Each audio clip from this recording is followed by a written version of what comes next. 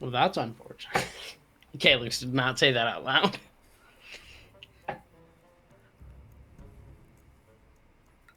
And then after that message is relayed, you watch as the I green. literally you watch as stopped writing it down because I I can shit. read it again if you want. But so Wait, as soon, I got. Continue. Just continue. We'll go back. As soon as the message ends, you watch as the green glow disappear from the chipmunk. The chipmunk looks around confused, and then just starts to bounce away. Like, is the acorn still glowing green? No, the acorn was never glowing green. The eyes were glowing green. The acorn wasn't. His eyes were. Yeah. Just making sure. He takes the acorn with him, though. Ah, lame. Fair. Ataraxia, you are intelligent enough to know, and Calyx, you literally just saw Ataraxia do this today. This was clearly an animal under the effect of the animal messenger spell. And it has completed. Calyx just kind of shoots a questioning glare to Ataraxia. Like, what was that? Would you like me to reread the message?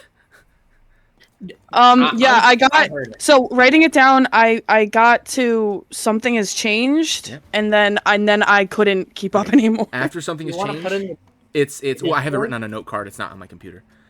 It's run, comma, avoid King's Spear, period. Attack led by him, comma, it's IT''S hyphen because it cuts off. Because that was the 25th word.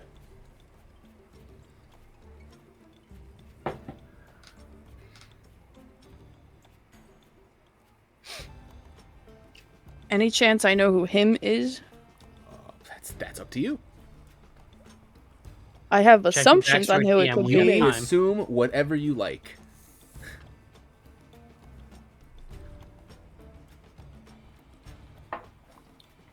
Though I will say, from the voice that projected from this chipmunk, you sure know who sent it. I have a feeling I already know who sent it. Anyways. Oh, you do.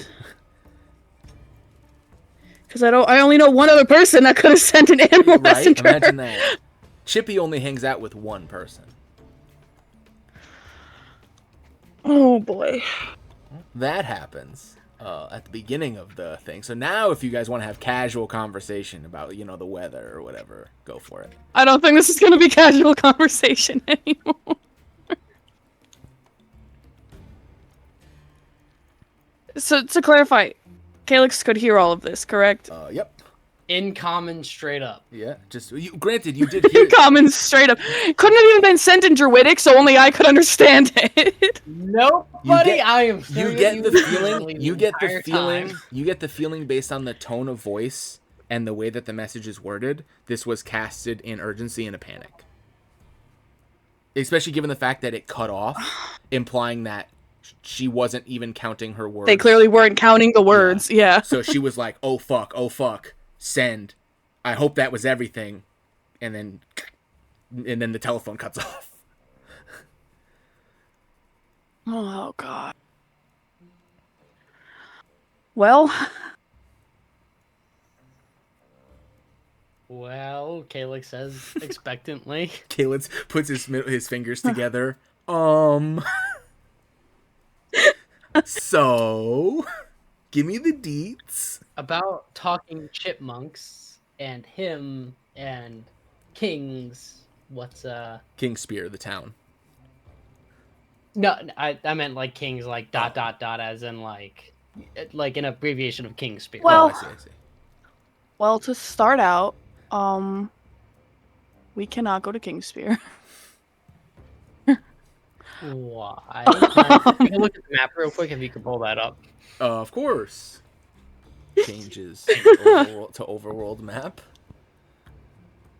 Move party ribbon. Boop. Literally punching the beanbag right now. I can't. Zooms in. So they are saying to avoid this town. Oop. That was part of our plans. Okay. Sorry, I also did it. Yeah, it was totally part of our plans. So about Kings and avoiding it because quote unquote him is there, Ataraxia? Well, I don't know exactly who him is. Am I allowed to roll insight on that? You can roll insight. Like, is Well, that to be like general truth here? I know, Like, I genuinely don't have confirmation of who it could be. But it is possible that it is my brother. your brother. Why do you have? My I mean this utmost respect because my family is all types of odd, but do you not have a good relationship with your brother to the point where he might wage war I against you? I currently don't have a good relationship with any of my family. Your reasons are your own, but so much so that they'd be willing to attack you and stray from the druidic way.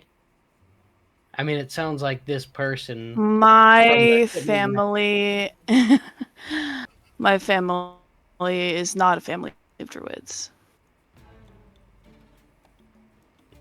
your family's not druids. No, my family is How not did druids. how did you learn this way? Or I'm sorry, please. You don't have to tell me, but I would like you to tell me because we are all in this together, and Kingspear was on our list of where we're going to travel eventually to warn I them. have to ask that you keep anything I say to you right now to yourself until I find the right way to tell anybody else. Because I was not ready to tell this to anybody, but this is kind of forcing my hand a little bit. Talix kind of waits and like nods in affirmative. Here. So, a long time ago, probably, I think, probably a decade or two ago, I ran away from home. But running away from home for me was not like running away from home for most. I come from a family of highly respected military generals. And Ataraxia is like clearly struggling to say this to you because she does not want to take this up. And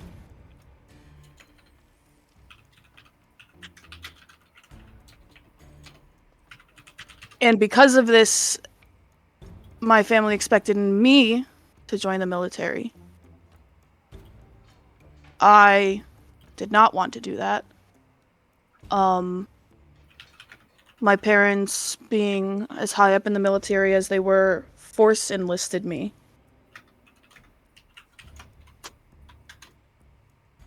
I love that I can hear you typing this whole fucking thing out right now. Gotta take notes, you know? And as soon as I was finished with boot camp and no longer being watched constantly, I ran. So I am on the run. So I have been for decades. you left because you're averse to war and the carnage that comes with it? Or why did you leave? Calix kind of seems perturbed. He's not like aggressively asking this in any way. He's more of a curious. He's kind of striking in a chord with Ataraxia from a place of understanding, or at least attempting to. Mm-hmm. Basically, yes, I had no interest in fighting wars and doing any of that. Obviously, I'm still stuck in a war anyways, but I guess this one is more worth it because it seems less mindless as it saves the world. It saves us rather than unnecessary carnage, I guess you could say. Yes, exactly.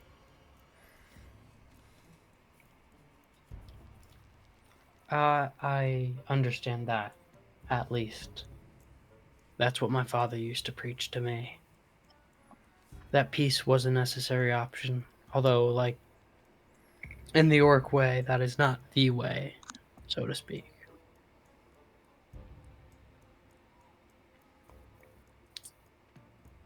Your family being from respected, you said generals or military personnel.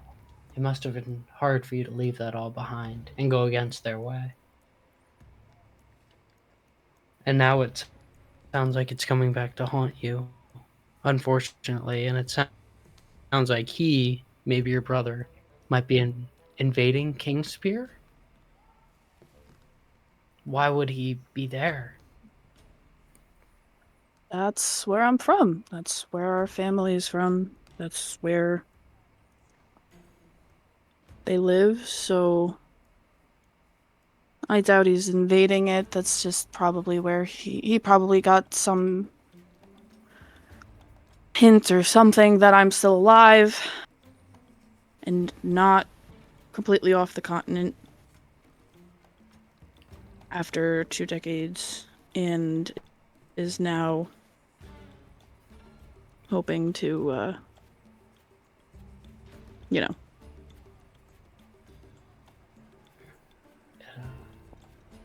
It sounded like whoever sent that chipmunk might have been in danger, though. Were they your teacher, or who was that? Yes. They're my mentor. They're the ones that showed me the way of the druids. And I hope she's not in danger. Though it does sound like she was, and I don't know if I can help her. So should we not go to her aid?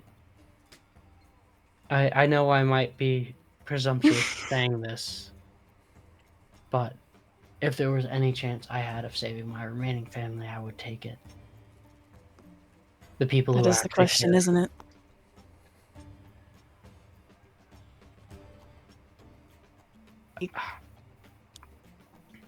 Could Personally, and I'm just saying this and speaking out loud, but we had a plan to go to Kingspear in the first place.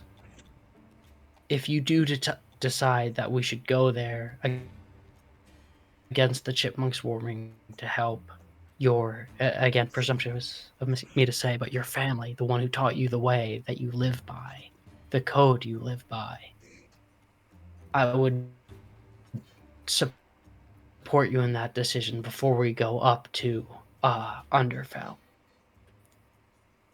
Whatever waves we may face, whatever troubles or trials we face, we are all in this together. And if it means we can save your family, you definitely won't do this alone. I appreciate that a lot. But you should know that they are accusing me of things that I did not do. What are they accusing you of?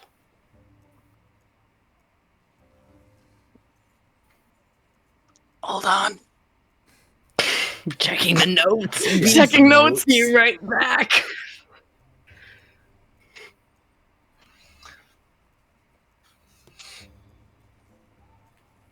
God, could you help me out, or do you have to check the notes too? I thought you had it written down.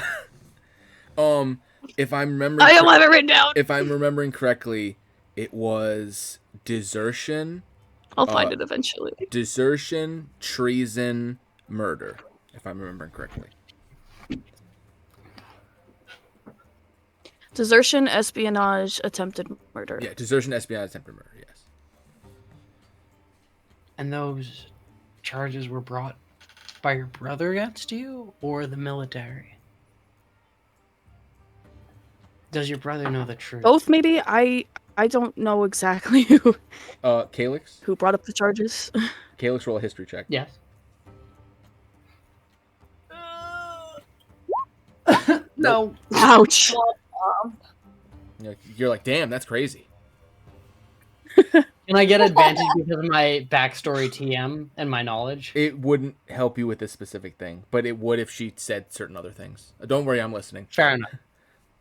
Okay, just making sure. Like, damn, that's crazy. Anyways. Wow. I can tell you I did not try to kill anybody. Well, you definitely don't seem like the type to attack unnecessarily, or unprovoked at least. You seem to want to keep the balance as best you can. I try my best. We can only try our best. And yet I find myself in one of the worst situations right now. Yet you adapt and you overcome. I've seen you turn into a bear and battle, and then shortly after witnessing those direwolves shift into a wolf and aid us in this. No matter what, you are always fluid, changing form, and doing your best to adapt to whatever situation we come across. Even though we have only known each other a short while, you do your best, and I appreciate that about you. You do your best to keep all of us safe. Though that is not the action of a murderer. Furthermore, as somebody who is a deserter, you have stood by us even when times got tough. You took the initiative and you ran away from the rats to warn the fort and protect them. I do not think you are that type of person, Ataraxia. You are someone who cares deeply for us and humanity.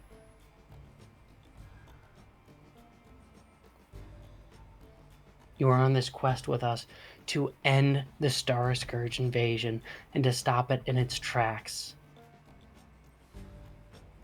You are good, and I believe that wholeheartedly, and I do not think you are capable of murdering somebody in cold blood unless there was a reason. So why would they accuse you of this? Sorry.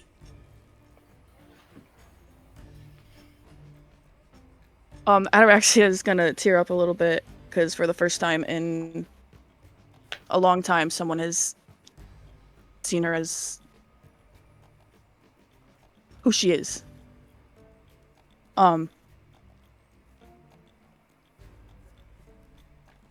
She's gonna say, thank you, for one.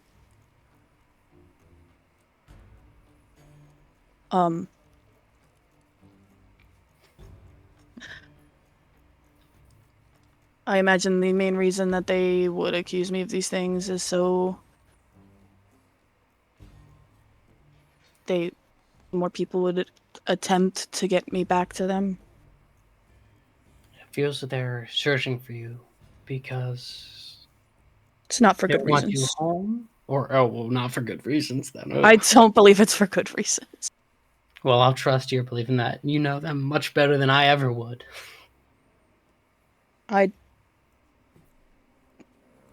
What I did is probably what they would consider a very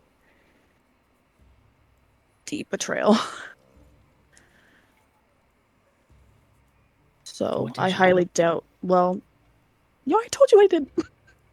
Well, you deserted, but I mean, like, you made it sound like it was something much else. So no, but my family takes that very seriously. I mean, there are high-ranking military people, so I do understand that to a degree. But it's not just like my parents are high-ranking military. I mean, my grandfather and my grandmother were, and my great-grandparents were, and my great-great-grandparents were, and since the first Star Scourge, my family has been in the military, and well-respected military. So it means a lot that I didn't follow in that path. But if you didn't follow in that path, you wouldn't be here on this journey saving the world. Ataraxia. Sometimes things... And Calyx kind of hesitates thinking of his own past. He kind of hesitates for a moment. His breath catches in his chest, and he's like, sometimes things unfortunately happen for a reason. And these trials you are facing maybe that reason, but maybe you see something that they don't. Maybe you see beyond the pointless carnage and the bloodshed, and you see a brighter future. Just because you do not agree with them does not mean you are wrong. And I don't think you should regret your decision for a single moment. Because the person who I have met right now is absolutely wonderful.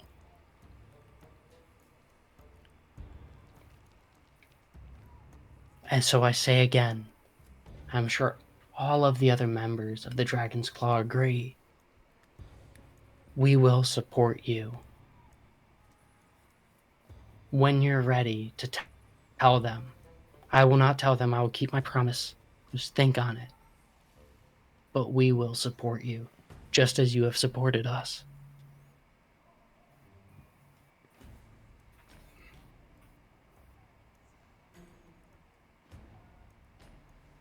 Sorry, I'm just, like, thinking. First of all, this is me, not anorexia. Are you just coming up with this on the spot? Because this is, like... How else could I do this? I can't, like, type it in and figure it out. This I is guess I'm coming crazy. up with it on the spot. What do you mean? You're talking to another DM, dude. It's what we do. Yeah, that's fair. It is what we do.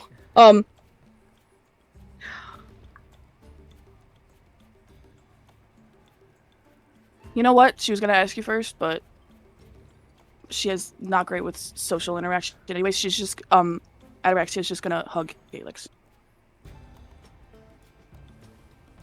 Calyx is a little stunned, but gently returns it back. And she's gonna thank him one more time. Okay, take your time. And with the ever somber embrace of friends deepening their bond of friendship at this new information that they've agreed to keep secret, at the same time, he says, changing the music. Sounds like a storm outside. Please, God, no. Please, no, the winds. Calm down. Go away. Onyx. I was gonna spend the rest of the night repairing my hand axe. How dare you? How dare you? Yep. Onyx, while you are sleeping after taking your watch, you are brought into a very familiar sense of, obviously, falling asleep. You're very, very tired, exhausted from everything that's gotten done today. You guys have been awake for like 18 hours, multiple fights, using a lot of your magic, massive damage done to the cube. You reward yourself with the embrace of unconsciousness.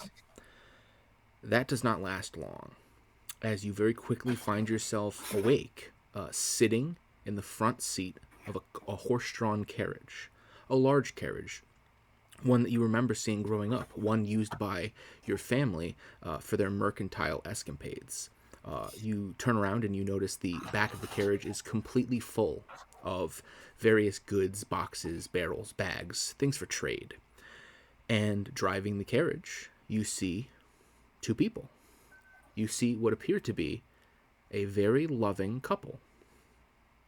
One man's face, extremely familiar, but not twisted in rage or looking at you with disgust or with a scowl.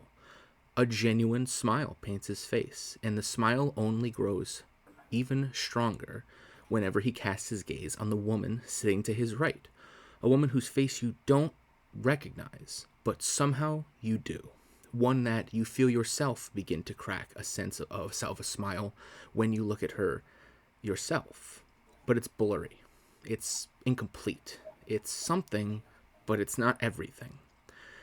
And it's only at that moment that you realize that the complexity of the situation, that you look down at yourself and you realize that you're not who you are.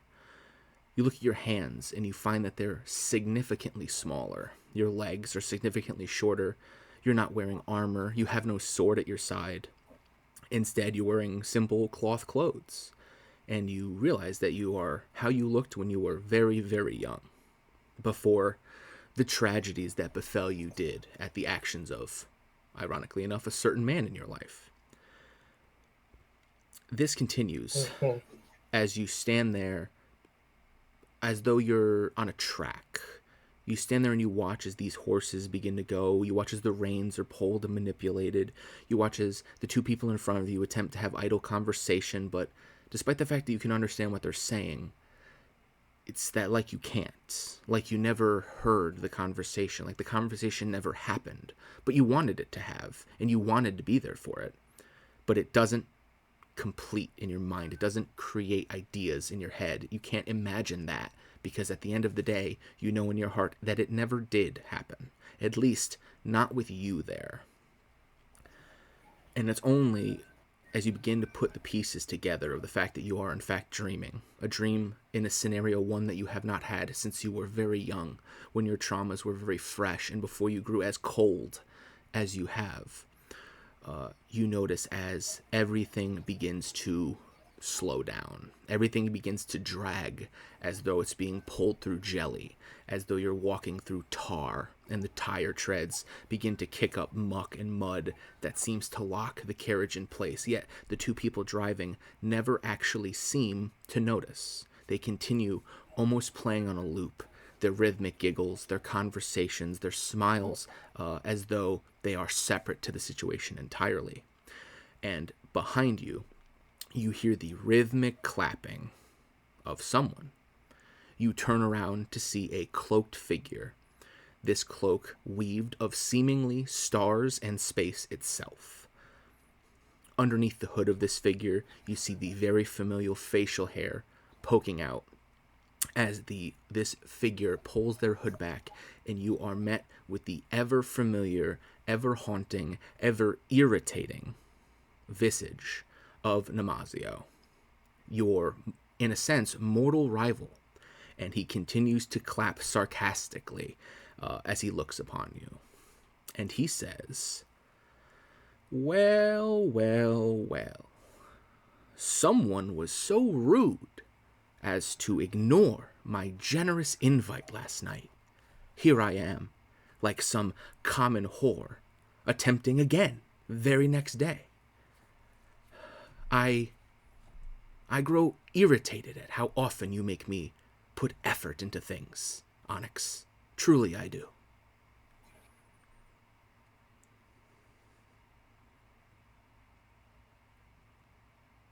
Oh, he's like actually talking to me? Oh, he's straight up talking to you. He's standing there in front of you. Okay. Sorry, I was going to cue you in, but I don't know. Sorry, I was typing and that I was waiting for more. I apologize. No, he appears to be taunting you. Break the scene. I know, I'm horrible. Yeah, well, here's the thing, asshole. I don't exactly have to listen to you or your lovely little chats and calls. I don't give a shit about you. The only thing I give a shit is that I want you dead, personally. But I have bigger fish to fry. You're just pathetic. Very tall words coming from a toddler, he says, looking down at you. He goes, "But understand that whatever you may think you plan on doing, regardless of how idiotic it may be and how inevitable it is to fail, I do find myself talking to you nonetheless, regardless of your wishes, as I could care less about them. I am here on business, a business that supersedes you." Care a lot if you're coming through the effort. "Yes, congratulations, you figured it out. Would you like your reward? No. Listen, my time is worth far more than your life, but at the end of the day, you can still prove useful, and I feel like utilizing that.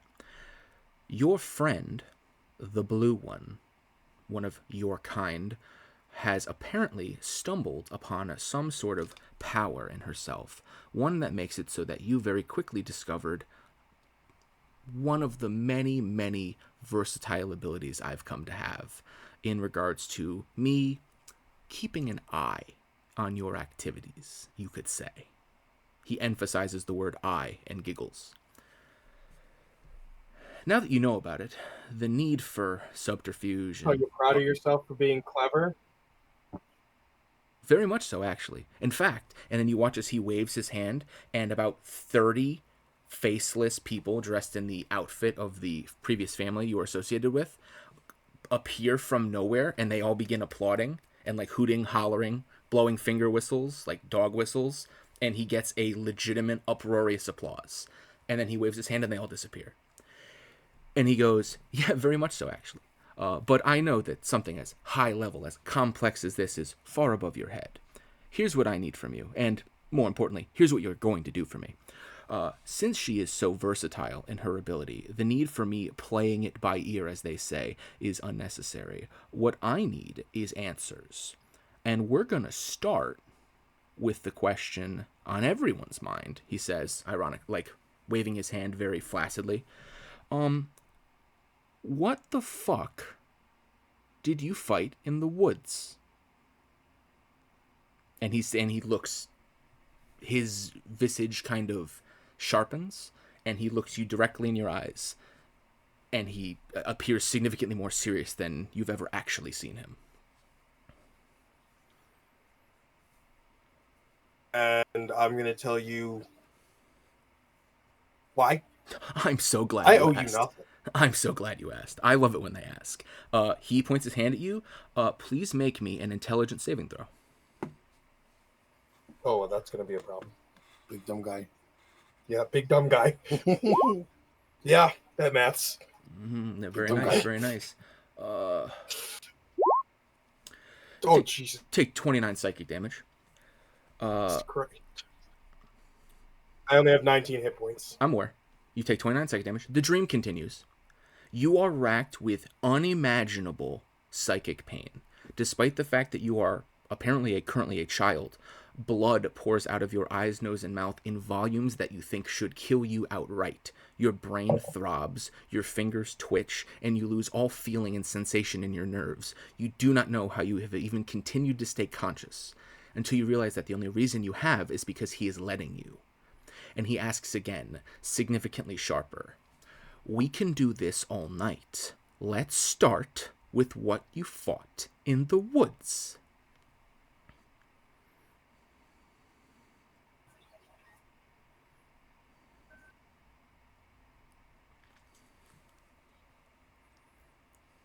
I'm sorry. Fuck you? Not tonight, thanks. I have whores for that. Roll me another intelligence saving throw.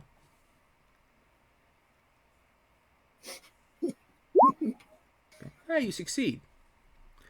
You feel another wave of damage attempt to go past you, and it is painful, but not enough that it even begins to match what you just experienced.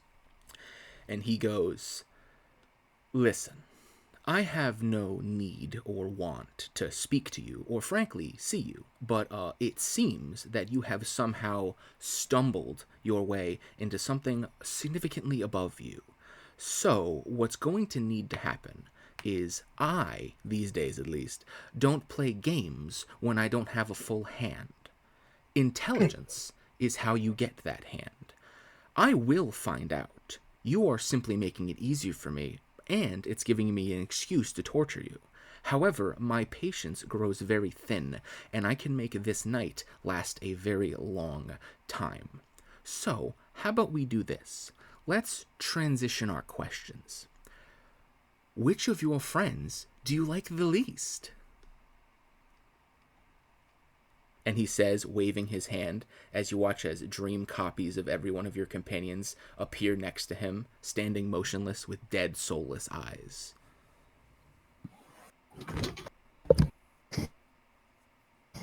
Do I like the least? The least.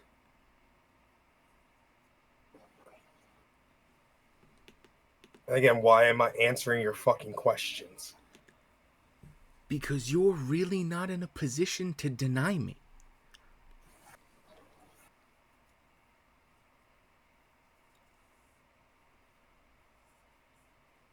Danger. Who do I like the least? Of everybody standing here right now? It's your fat, ugly mug. He giggles slightly. He goes, I suppose that is an option. Once upon a time, we could have called ourselves friends. Though, let's be honest, neither of us really felt that way. More like colleagues at best. But I can see where this is going. And unfortunately, it's getting me nowhere. I was going to give you the option of at least attempting to reconcile our past and maybe get yourself off of my proverbial shit list, as they say. It seems this is not happening. So instead, what we will be doing is something very simple. I am going to educate you on something extremely, extremely important. That, of course, being that I'm going to let you in on just a little bit of words of wisdom, words from the wise from someone who's made it far, far farther in life than you. It's been said that real men only gain wisdom from suffering. And unfortunately for you, Onyx, I intend to make you very, very wise. And you watch as the entire dream around you begins to melt, and it shifts its plane to a barren hellscape. Gravity seems to invert. Pillars of acid and fire fall upwards and downwards at the same time. Volcanoes exist at the same time as tsunamis, and nothing makes logical sense. You watch as the ground below you begins to turn into goo, and you are dragged down slowly as it forms tentacles of acid, fire, lightning, necrotic essence, and they begin to wrap around your childlike form and inflict you with unimaginable, immense pain. Roll one more intelligence saving throw. Oh, did it? No, okay. It didn't roll. Big dumb guy. Why isn't it? Sorry, I wasn't rolling right. That's fine. Okay. And you slowly feel yourself sink deeper and deeper below the ground, racked again and again and again by immeasurable pain. The only thing you can possibly think to get yourself through this is to count. Eventually, you'll wake up. There's only so many hours in the night, but it's only after the 5th, the 6th, the 7th, the 10th, the 20th, the 50th, the 100th hour that you realize this does not necessarily work the way you thought it might. You don't know when it began. You don't know when it's going to end. Only that anytime you begin to even slightly become accustomed to the pain, it changes. You transfer from being buried alive to being burned alive, to being melted by acid, to being hung up on a cross and impaled, to being exsanguinated, to being overfilled and popped like a balloon, and it cyclically kills you over and over and over again. There is no savior. And eventually, you begin to black out as your mind shatters from the unimaginable pain inflicted on you by a man who, once upon a time, couldn't do this. You're fairly certain. And it all begins to fade to black, hearing only the slightly accented chuckle of a man who gave you at least a couple of chances, as if everything begins to fade to nothing. The third watch starts. Who were the? I believe that was Brontes and Cole. Oh. So real quick, can I repair some of my hand axe because of the backstory, to at least to a -2? I mean, you can. It's probably cheaper to just buy another hand axe. Yeah, but that goes against everything Calyx. Fair enough. For. I mean, yeah, I'll say, yeah, I'll do a woodworking check is just so I'll say do survival. Survival, okay. Yeah, and then depending on how good it is, that's how many minuses you get rid of. Yeah, it's like a -1 hand axe. You think with another night of working on it, you could probably get it to be normal. Bet. Okay, cool. So it's a -1 hand axe now. Okay, cool. Thank you. And then I'm just gonna put this. Calyx and Ataraxia obviously have no idea about what the trials and tribulations Onyx went to, and we wake up the next members we watch. Yeah, and then Onyx is tossing and turning in bed a bit, but we all have bad dreams every now and then. Fair enough. Onyx, as much as I'd like to wake him, I feel like it'd be rude if you. I'm gonna text you. Yeah, I got my phone. Don't like that. Bad Dream Squad, Cyan Onyx, let's go. Oh my god. Just another thing for the two of us to bond over. Yours is a little different. Trauma bond. Not something I think you want to trauma bond. Yes. Trauma bond, let's go. So, Cole and Brontes, if you would like, you can roll perception to keep an eye out for slimes. Or if you're confident that the other 4 would have caught them by now, you can choose to not. And then, of course, you could talk to each other, do a little role play while I type out this message. Him begging you to do something while he types out the message. Please fill the dead air. Thank you. Fill the dead air. Yeah, Fill you the got dead the air worst we can too cut for out. this. I'm trusting you guys. We have no You're like, literally crazy friends. Talk about anything. story. Tell them about your parents or whatever. Talk about So how Brontes almost got crushed and how he was alone with fucking Onyx fighting the cube. Yeah, ask him what it was Sandy like got to be inside the cubed. Yeah, cube. what happened with that slab of butter? Huh? The Slab thing that of ate you? butter. Oh, That's what it looked like. I don't know. My eyes were closed. I was focused on a spell. All I know is I woke up to a blob falling on my face. Not fun. It burned. Sounds It like was it. spicy butter in your opinion.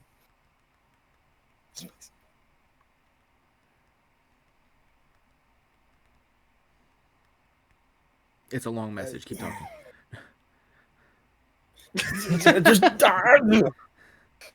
Dude, I have my phone in my hand. I'm waiting for this text that I'm inevitably not going to want to read. Is it a bueno? I don't just.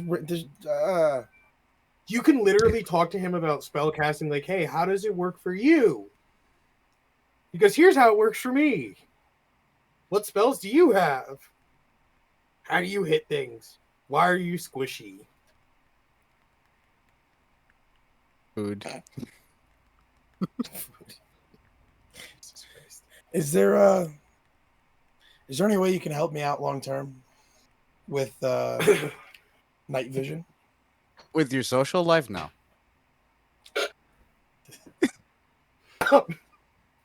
Damn. Shots fired. How much psychic damage is that one?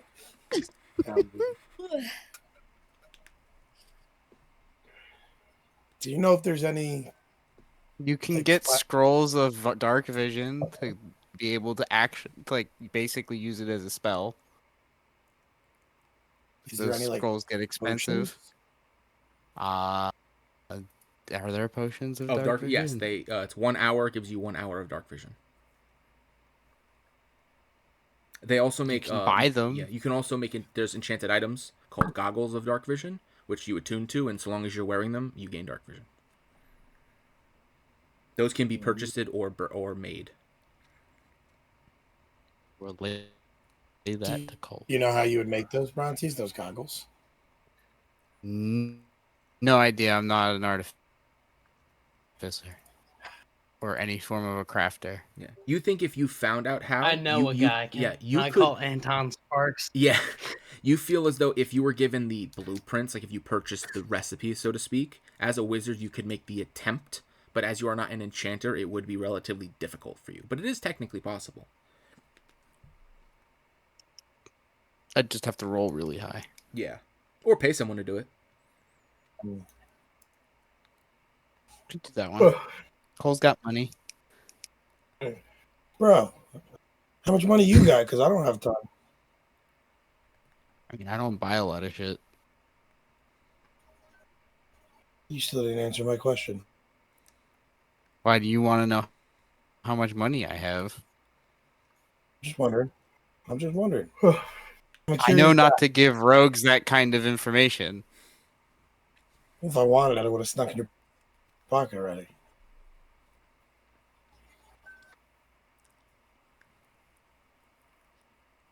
Onyx, I sent it to you.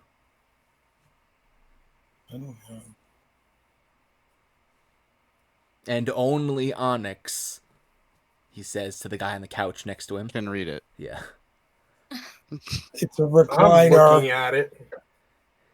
He's not. I'm not looking at his phone. He might be. It doesn't matter. It's not going to change anything.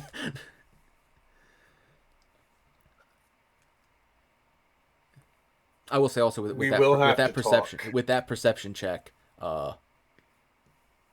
you guys you don't hear any more sloshing. You'll feel pretty confident that there's nothing.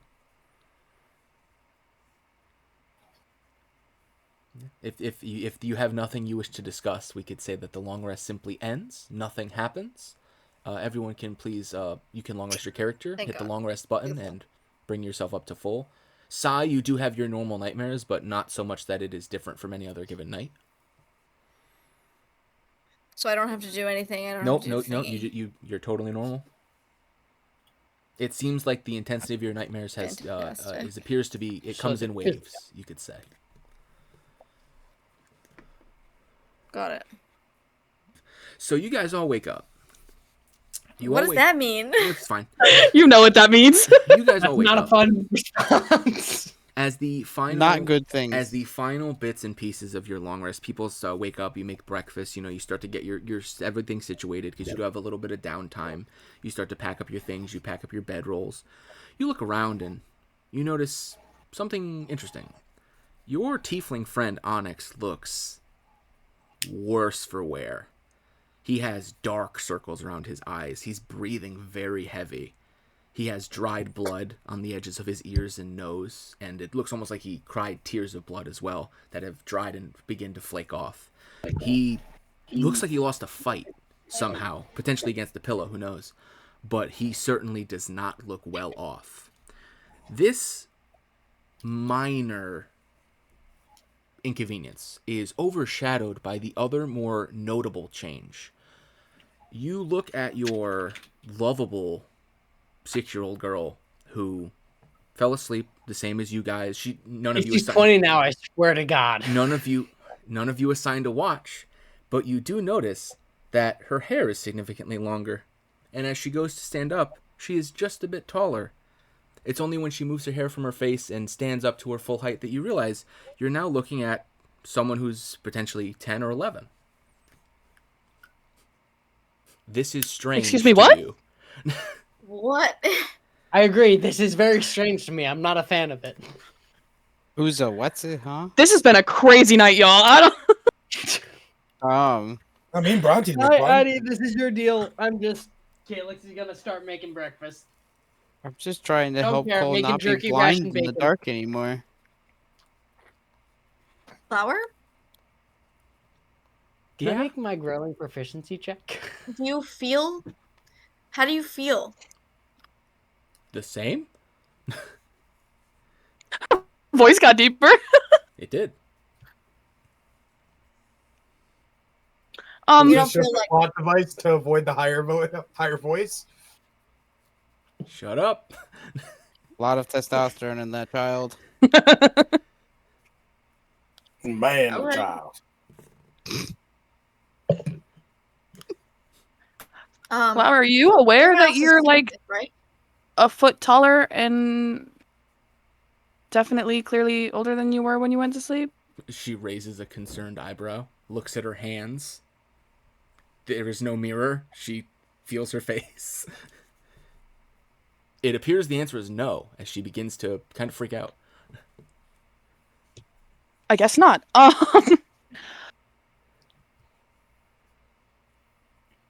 What do we do? I don't know. Well, Ask hey, Calyx. it's Apparently he okay. knows the fucking answer. I fucking read my notes. I don't know. I'm grilling. Right now, I said this is side Addie's deal. Do I make a grilling check or not? Tell me now. Roll it. Roll the grilling check. Damn. God damn it! Motherfucker. I thought you were supposed to be Always proficient. below a 10. Can we give him a plus freaking like 10? I have a +5, damn it! To grilling. You're sure it's rolling a d20, right? Yep. Yeah. Never seen a double digit. Is there any like checks or anything we can make to like see if we like know what's going on, or have seen anything like this, or heard of anything like this? If you've heard history, if you want to know about like history of like of familiarizing yourself with this effect, investigation, if you want to investigate like her body specifically.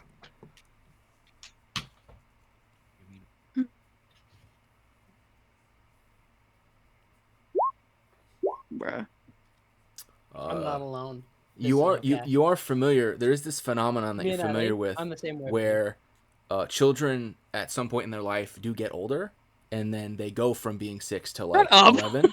Typically, though, it does take about 5 years. I knew that's where you were going. Fucking wild. You know what? She's magic. I don't even question it anymore.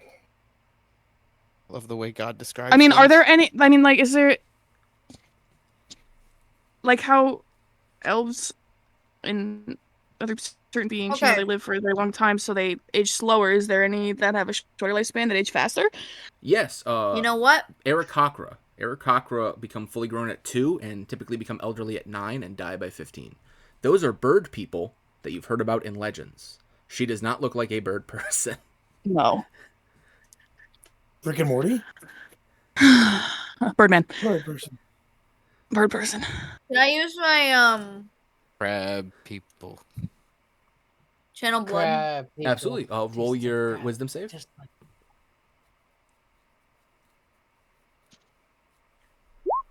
Ooh. So you're Well, that sucks for me. Ouch. So go ahead, roll that damage, but I assume you're picking the Draconic That Sight. sounds painful. That effect does still happen. Yeah. So take your damage, and then you get your true sight. What's the damage? 2d6. I think so, yeah. 2d6 unreducible necrotic, I believe. Or unreducible psychic, one or the other. It's psychic. It's irreversible. Unreducible. Yeah. Oh, unreducible. So, like, it bypasses resistances. Got it. So, yeah, So 4. you take 4 damage, which actually, you've rolled higher on that before, so... you take 4 damage, and then now, you have your true sight back. Can I stare at her? Yeah. Inspect her being? She looks exactly the same as the last time you used your true sight on her. She lacks that flame in the center. The only difference is that you could say her container is now about a foot taller. Can I look at myself and inspect myself? Yeah, you look at yourself and you see in the center of it, you're like, you catch just the edge of the vision because it's hard to like crane your neck down, but you see a little blue flame emanating in the center of your chest. But Can I concentrate on it? On your own flame? Yeah. Yeah. As you do that, you because it's your own, you're not resisting yourself.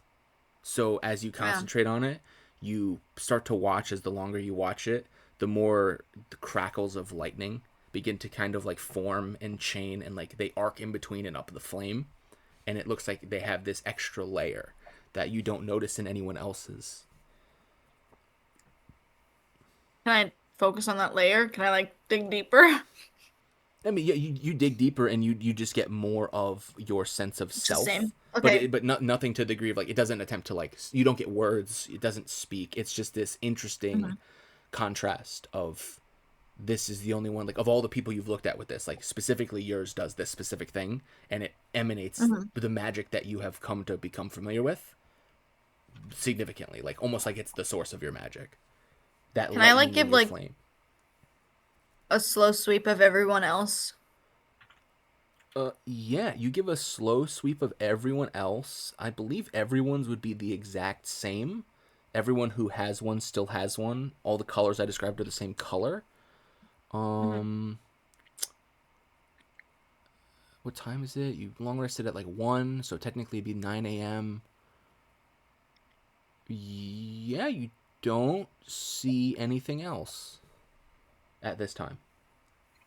Okay, can I focus a little bit more on like the emptiness in Flower?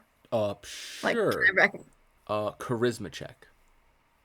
Okay. Because it's not your soul, so there's an inherent resistance. Hi. You stare into this abyss, and you begin to kind of force yourself through. And at a certain point of forcing yourself through, like you always feel like you're just about to see something. And before you realize it, you look around and you realize that you're just in a sea of black. The way out, so to speak, is long gone, and you've lost any sense of light that you had. Oh no. And you look around and you appear, you're in an empty space. There is not even to say that there's walls or floors or ceilings. It's like you're in space itself, but with no stars or planets. And you're just, and it's Can I pull myself out? No. You attempt to pull yourself out, but you can't you're so deep in, you can't conceptualize where you are anymore. you're just in this void, this space, and it's getting very, very cold. And you feel this innate pressure begin to form around you. And then you feel despite how cold it is, you feel your skin begin to sizzle and burn. Oh. And you just see pits open up on your clothes, on your hands, and then on your arms and on your legs, as though you're being, ironically enough, burned alive by acid. You take 10 flat acid damage. Oh my god! Roll a charisma saving throw. 8, 9, 10. With a 19, you force yourself, you well that lightning in your own flame as an attempt to act as a lighthouse, a beacon, to pull yourself out. And this flaring of magic creates this blue light that you use as a tether to try to draw yourself back in. And as you attempt to leave this void, you just feel you see and feel these green tentacles appear out of nowhere and wrap around you and begin to sizzle more on you. And you just hear this like disgusting, burbling laughter as your 19 breaks these tethers and pulls you out safely. As soon as you get out, your draconic sight instantly ends, regardless of its previous time limit. Sai, I guess, would gasp and probably like fall to the ground. Everyone looks at Sai. She appears physically burned. I'm assuming like she's shaking. What the hell just happened? I'm never doing that again. That's no, absolutely not. That's not. What did you do? I'm so glad you rolled a 1. Never again. Never happening. You just hear in the back of your mind. You just hear in the back of your mind too. You just hear like a gurgling chuckle. Like imagine trying to laugh, but like with a gallon of water in your mouth. It just like the sound distorts in this disgusting way. It was just laughter. Like cackling.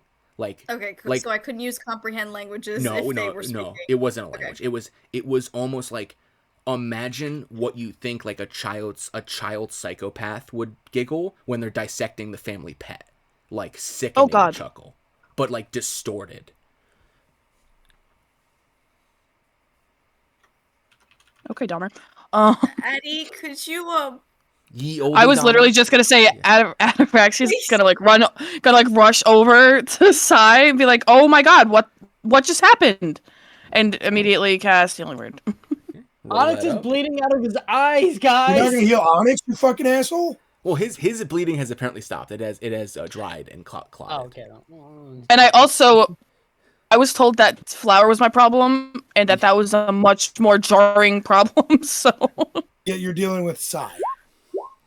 Well, I was literally standing right. I was right over there. I was talking to Flower with her, and then she started doing her thing, and the next thing I know, she's on the ground burned by acid. Yeah.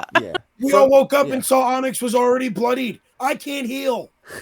From Addie, from your perspective, by the way, it happened from everyone's perspective, technically. Instantaneously. 100%. Like, Sai was like, you saw her do that thing she did once where like she glows blue and her eyes kind of like vertically slit. And she gets those like reptilian eyes, and she did like a slow pan around everybody, and then she looked down at herself and kind of nodded, and then she looked at Flower, and then just dropped to the ground, and her flesh sizzled, and she's like ah, and then it just fucking ended, and you're like, oh. That's not helping. Flower has not reacted. Like Flower is equally as surprised. It does not appear she was involved. How much healing does a healing potion give? 2d4 plus 2. Does Onyx need healing? Like, is his health even depleted? He just 0. What? He's at fucking 0. I was going to look at Onyx. No, he was at 0. I thought he was like up and moving and fine, just with blood coming out, dry blood. Let me move and refresh the map. I'll put you back on the in map. Now you can see what everybody looks like. Because you were on the overworld map. Alright, well, Onyx, would you like some healing? Apparently, clearly you are not doing well either. Yeah, Onyx, are you okay? It was a rough night. Once Sai stops being burned alive. Can I ask what you mean by rough night, or is that... It was a rough night. Got it. Do you want me to heal you, or you got it? No, don't waste spells on me. God, I love my job. Sai, like, tries to make eye contact with Onyx and looks, like, kind of panicked. Cole's gonna give him a health potion. I'm not gonna drink it. Why? That's a fair We might question. need that. Why? You look like you need it. Later. I'll go buy more. I'd like to refresh my memory. He has an HP of 0 or 1 at this time, right? It appears. So it looks like he has like half health. It appears that he is about half strength. Okay, cool. Okay. Oh, that's his prerogative then. You would say he is functionally bloodied, if only barely, from your expertise as a fighter. Want a shot of he is whiskey to kind take of the edge bleeding off? from his eyes. I don't know. Yeah, well. So one thing you do notice, though, as you kind of eye him up, you hear the creaking of a wooden door, and she goes, and you hear someone go, "Is someone burning eggs out here? Oh, everybody's up." And you see Sandy has a No. No, that's just dragon. No, I think she's joking about how Calyx rolled a 9 in grilling. I'm doing my best here, okay? Like, Sai really wants to tell people this, but also has no idea who to tell. Sandy's like, "The mood here is really rough. I thought you guys would be, like, psyched that you, like, solved the mystery and..." Oh yeah, so psyched. We're like actually the psychest of the psychs, you know? Yeah, see, So good. that's more like Yeah, it. we're great. Dude, even your... Oh, look at her. Oh, they grow up so fast. I could have swore she was shorter. I might just be losing it. Nah, she was this We're tall losing it. yesterday. It's fine. Yep, no, totally normal. Definitely losing it, Sandy. Don't worry about it. Oh, I You're wish good. I had a granddaughter. Cole's gonna just say right out in Infernal to Sai and Onyx, because they're the two that got hurt. What the fuck is going on? Why is everyone... What's wrong with you two? As I Sai, said before, rough night. Sai glances at Onyx before can talk looking back later. at Cole. Yeah. Yep. The evil laugh? Oh my god! What the fuck did he text you? My god. That was me. That wasn't in game. I know. Laughing. I know it was. Usually I mute for that. I'm sorry. I misclicked the keyboard. That's so funny. You want to make that a Honestly, dude, short? appreciate hearing it instead. Disgusting. Sai, what happened with you? Sorry, I was focused on the laugh. You know that like sight thing that I did before? Yeah. Yeah, I did that again. I'm not gonna do it again. Was a bad idea. I'll just say that. It was a bad idea. What were you looking at? As we're talking in Infernal, I'm looking at Flower too. Yeah. To see if I notice if she's Picking up on us. like paying attention to our conversation, seeing if I could see like any facial changes or anything. Yeah. To see if she's like following along. You know what? Do you understand what I'm saying? You can roll an insight check to see if she's trying to like listen in I while was playing literally it doing the stupid. same fucking thing. Yeah, physically she seems 10. Okay, she seems like she is way more focused on the fact that she's like 5 years older all of a sudden. Like she's like feeling her hair and she's like how long it is. Like she's feeling her face. She's feeling her arms. She's kind of like getting used to walking like while being way taller. Like her clothes don't fit anymore, so she's like kind of shifting uncomfortably because she's like outgrown most of her clothes. Like they're very like they're on still, but it's clearly they're undersized, and she seems very distracted by that. Can I help her?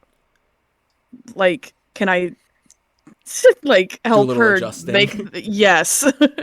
Yeah. Back to size. What were you? So, Sai, what were you looking at? I was looking at Flower. And then I got stuck. And then I couldn't get out. And then I started burning.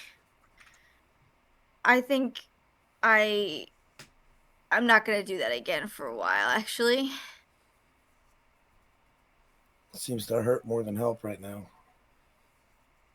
Well, I figured maybe it could tell us something since she's like 10 instead of 6. and none of us know anything about it. But I was clearly wrong and overconfident, and I will not be doing that again. So let's move on. Okay. Oh, well, there was also some evil laughter, but that's besides the point. What's funny is, canonically, she did hear evil laughter. Insert God real laugh. Yeah. Who's to say which one she heard? Yeah, true. Maybe she saw into the fourth dimension. And because I'm such a nice guy, Barantes, roll an Arcana check. Bro, awesome. Damn. Wow. You know, Barantes, no one asked your opinion as a wizard. You're just kind of watching this once toddler, now like 11-year-old kid just exist, and you're like, that's pretty weird. It does remind you of something, though. There is a potion, like stupid rare potion, that it's called an elixir of life. When people spend tens of thousands of gold to attempt to find or make one, drinking one, regardless of your like physical condition, will reduce functionally the amount of years you've lived without affecting your mind. Typically between 1 and 10. So people with a lot of money in an attempt to chase immortality will try to buy up these potions and then just drink one every couple of years to kick back their biological time clock and make themselves younger. Theoretically speaking, the only thing you could think of that might explain this situation is if there was theoretically an inverse to that potion, which logically makes sense that there would be with the way magic functions, and somehow Flower drank one, or was able to replicate that effect somehow, while unconscious, in a hotel room in the middle of bumfuck nowhere. Emphasis on nowhere. Yeah, literal orange bloom. This is a town of less than 100 people. They don't have that potion here. You're 100% certain they don't. Does Flower have like a bag or anything? No, she only has what you've ever given her. So nothing. Yeah, the clothes on her back, basically. Well, and Alex saw her pick something up yesterday. Correct. The stress ball. Yeah, the gooey stress ball. Yes. Still curious, but yeah. She put that in her pocket, like her pants pocket. Respectable. So does Brontes tell everybody that, or? I mean, considering no one's asked me opinions or anything yet, I'm just gonna sit here and keep that observation to myself. Brontes sips his coffee. Well, that's fucking weird. Honestly, kind of on brand after the whole armchair incident. I don't know, Brontes. Now it feels like a cop-out to ask. Brontes, cast Detect Magic again. See what happens. Maybe you'll get eaten by another slime. Angry Butter. Brontes, while everybody's getting ready to go real quick. How long does the what's the spell? Detect. Identify for the items? Identify, yeah. 1 minute, unless he ritual casts it, in which case it's 10 minutes per casting. We got time. We can have breakfast. I'm working. I'm doing my best. You see a plume of black smoke. You see a plume of black smoke. Can I help from the pan. Calyx? Can I help Calyx? Yes, of course. Calyx, what do I have to roll? You're gonna to roll. What did I make grilling? I made it basically like a wisdom check. Survival. Right? Survival. Okay, roll a survival. Roll a survival check. Fuck. Wow. Wait, don't I get advantage? No, because you get advantage if she helped you before you rolled it. So now she's basically helping you by rolling it herself because you already made the roll. No. So, but it is better than. So they add up to a 19, right? Sure. Bull's gonna come in there and start waving the smoke out of the kitchen. At her, actually, you walk over and you're like, "Oh, Calyx, you forgot to regulate like the heat, right? You know, here, watch this." And then you watch the burner on high. She creates like a ball of ice, like kind of how she makes ice knife, and she's like, "You just gotta dim the fire." And then she accidentally drops the whole ball of ice and just completely extinguishes the fire, and then the pan goes cold, and then like the burnt eggs start to like congeal up, and you're like, "Oh."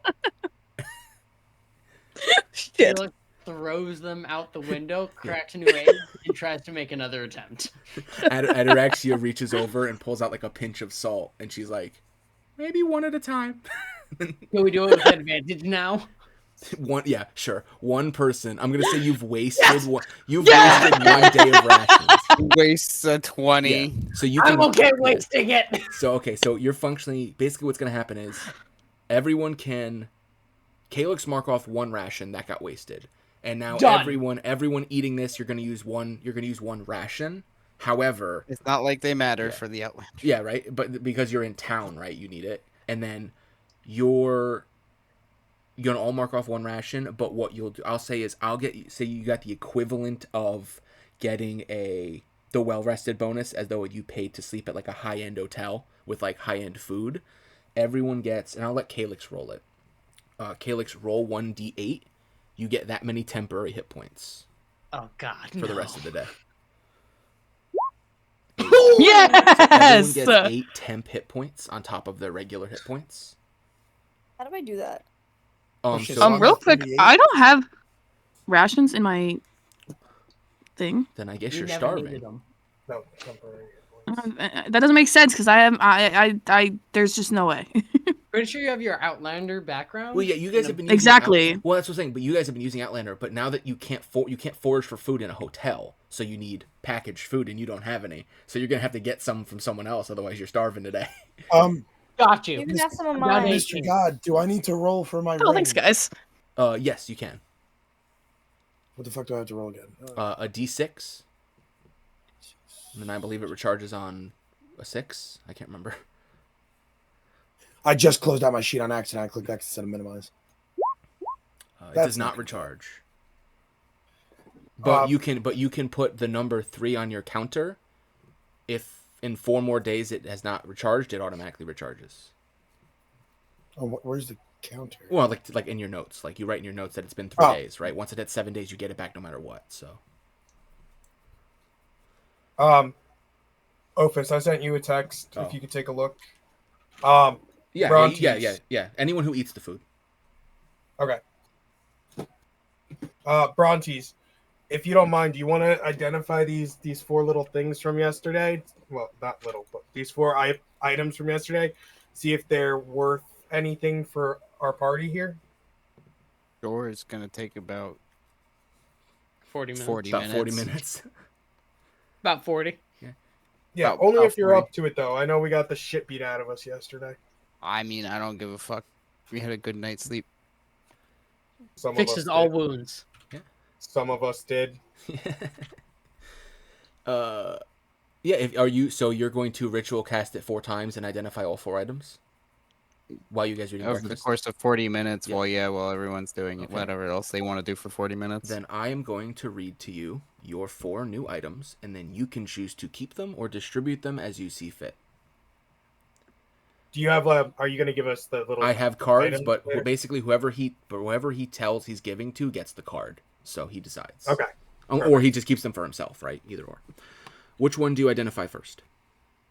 You have the metal sphere with a piece of string. You have the black cloak that appeared undamaged by acid. You have the piece of pink quartz, and you have the axe, the great axe. Axe first. I was not asking you. Oh, You I was said asking metal the guy sphere, black identifying it. cloak. Black cloak. Black cloak, piece of pink quartz, great axe, metal sphere. Is it the Nemean spear? Sphere. Oh, same thing. Question stands. With the lisp. It is not. No, my lisp. Oh, yours. You said there was the last item. It's the only one I'm missing. You said metal sphere that has a string, black cloak, pink quartz. What was the last one? Great axe. Great axe. It's a metal great axe, but despite that, it didn't melt for some reason. So that's what makes it notable. We'll do the great axe first. Great axe first. Okay. You identify the great axe. After 10 minutes, the information magically beams this information into your head. This is a weapon. This is a great axe. It is an uncommon magical weapon.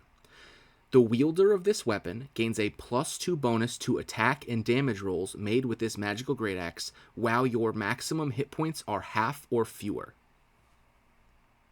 It is called the Blood Rage Great Axe.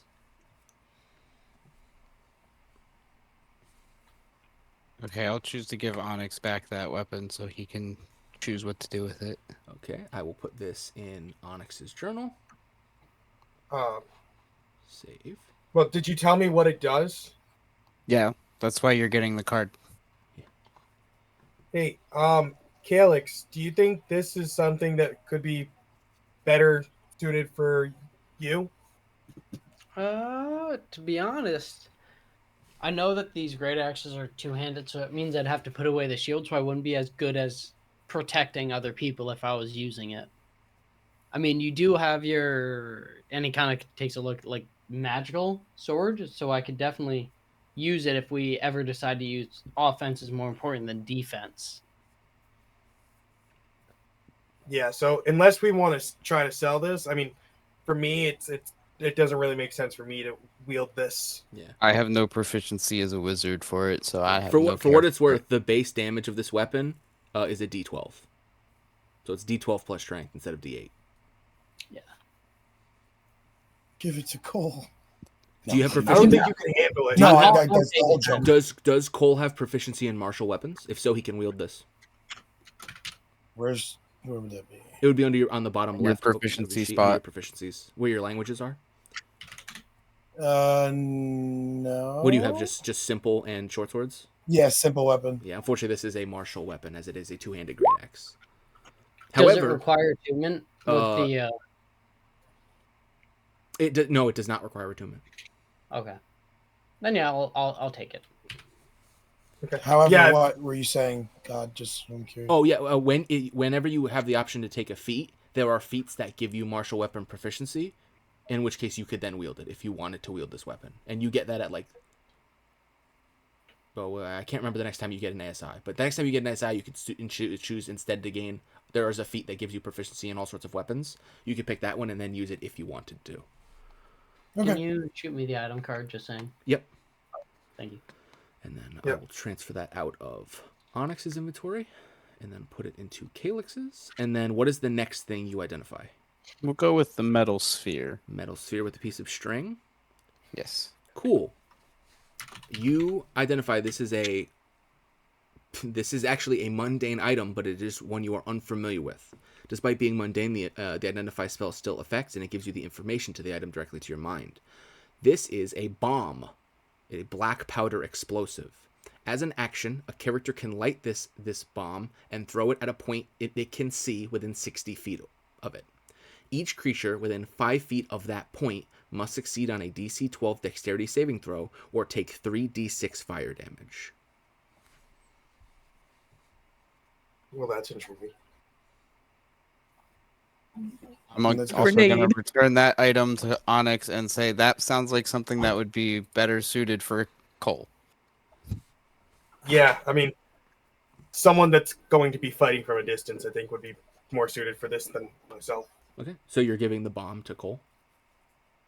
As long as nobody has objections, yes. Okay. I can't use it. This does not require proficiency. This is just, it's a thrown object, so it's like a No, but baseball. it's metal. This does not count as equipment. Oh. Well, Cole can still have it. Okay. In that case, I'll put it in Cole's Yay. inventory. Boom, boom. Cole can have the boom boom circle. Yep. What do you identify The next? boom boom circle. We'll go with the black cloak. Black cloak. Yeah. You identify this magic item. This is big. This is a wondrous item. While you wear this cloak, you can use a bonus action to make it billow dramatically. This is a cloak of billowing. Cloak of Guys, billowing. we're here. We've reached the peak. I want it so bad. I'm gonna say this is up for whoever wants a billowing cloak. It is not attunement. Anyone can wear this. I want it. Give it to me, please. Do you give it to Do you Sai? care if she gets that? I have no reason to need this. What if I want? No, I kind of want it. Well, if you It want to goes have against it, you all can of your. take and It have goes a cloak against of all of billowing. your sneakiness. Yeah. To Only have a when I I billowing like if you cape want it, you have to constantly. give me the bomb.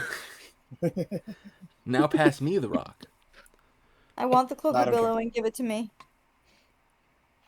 I need to know who's getting the card. Give it to me. Sai is. Okay, I vote Please. Sai. Sai gets the cloak of billowing. Guys, like I've never asked anybody for anything ever before, but now that is my that leaves the last thing, and Yep, this is the funny part. The last thing is arguably the best thing for this group. This pink piece of quartz is also a wondrous item. This is a mind crystal. This gemstone contains it's called a gemstone, but it looks more like quartz. Contains a crystallized bit of spellcasting magic. Different types of mind crystals exist, each with a different single-use effect. When you cast a spell that has a casting time of 1 action while holding a mind crystal, you can modify the spell in a specific way that has an effect described below. You can use only a single mind crystal to modify any spell, and you cannot use a mind crystal and a meta magic option on the same spell. Once you use a mind crystal, it becomes a non-magical gem piece of quartz worth exactly 50 gold pieces. This gem contains the subtle option. You can cast the spell of your choice without any somatic or verbal components for the casting.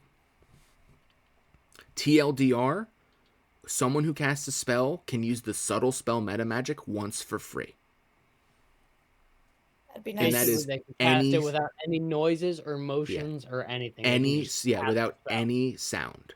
You still need, if it requires material components, you still need the material components, but you make no motion or sound, but it can only be used once, and it is not attunement based. Well, Brontes. I don't really need that. I feel like Brontes is gonna Which means it can benefit be from that the basically most. it can be attuned to by any spellcaster. If this is spellcast argument, I'm gonna sit this one out.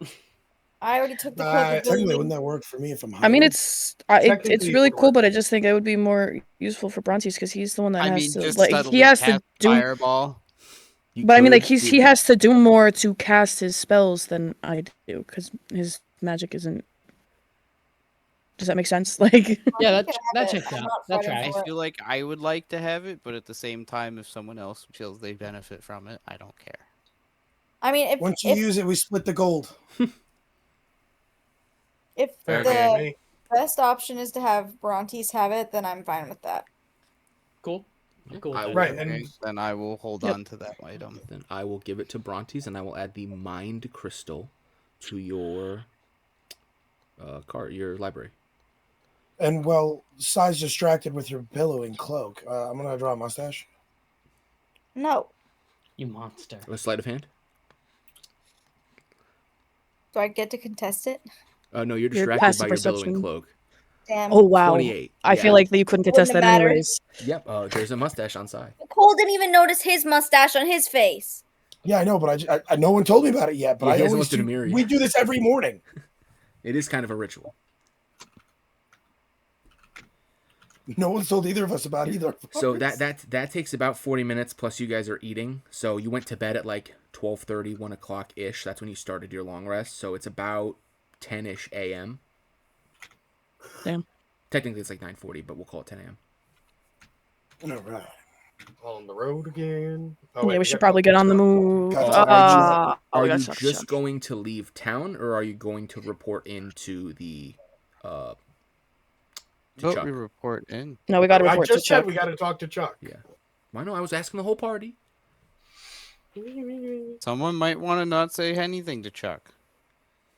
I feel like we should tell Chuck we got rid of the fucking thing. Sandy's not crazy. Got rid of Sandy's cubes. Yeah, Sandy's not a Satanist. Yeah, Sandy wasn't sacrificing people to the devil or whatever the rumor was. So Sandy just had cubes, guys. It's okay. Just talk to him. Maybe she had just angry pet cubes. butter. Yeah, I will say hand wave. You leave the inn. You go to the town center. It's like 10 a.m. You see Chuck on his morning patrol. He seems to be assigning different of his 5 guards. He seems to be assigning them to different sections of the town.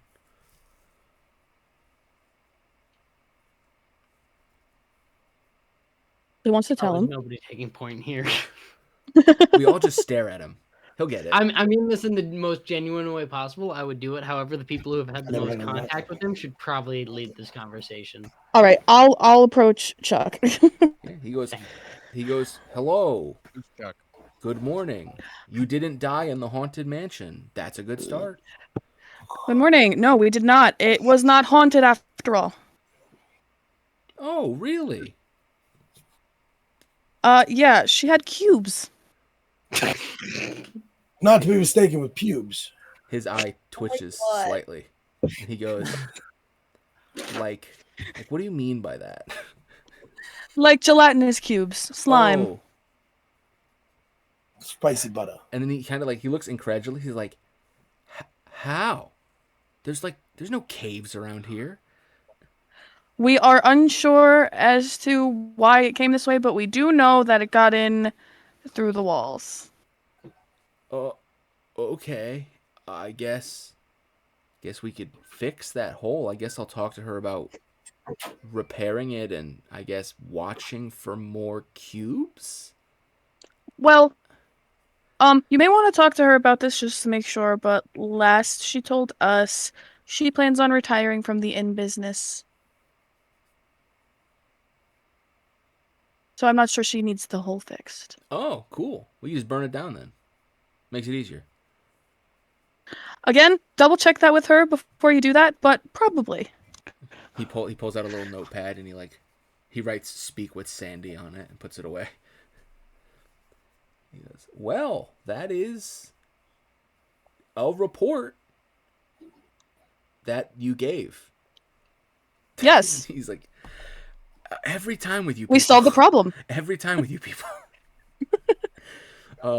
He goes, okay, when I talked to your hooded friend, he mentioned that you really only had business in this town to speak to me about what we spoke about and to make sure the town was ready.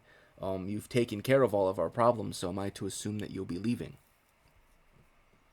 Yes, sir. We will be continuing on our journey. I see. Then, out of respect, allow me to show you this. And he reaches into his bag and he pulls out a piece of paper and he hands it to you. And it appears to be a warrant written by the magistrate of Clovecross. And you realize that it is a expressly written out warrant that describes 6 individuals. It describes a blue tiefling with a broken horn. It describes a larger than average red tiefling. It describes a suspiciously eloquent orc. It describes a tall drow elf.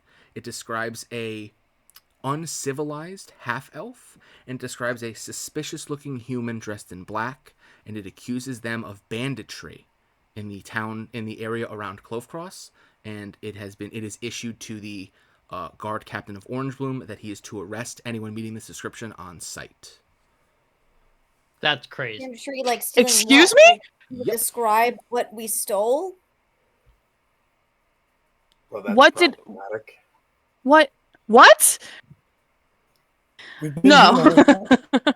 I challenge these accusations in the court of law. I say eloquently. Yeah. Ataraxia is going to very quickly back away from the captain. He puts up a hand. He goes, calm yourself. He goes, first of all, I could care less what a town outside of my jurisdiction could tell me to do. I clearly have, the end of the world to deal with. I don't gain anything with that by locking you up. Second, let's be honest here. Do you think I could take you? Like he says, looking at the 6 of you and just him and 6 nobodies. He's like, I'm not dumb.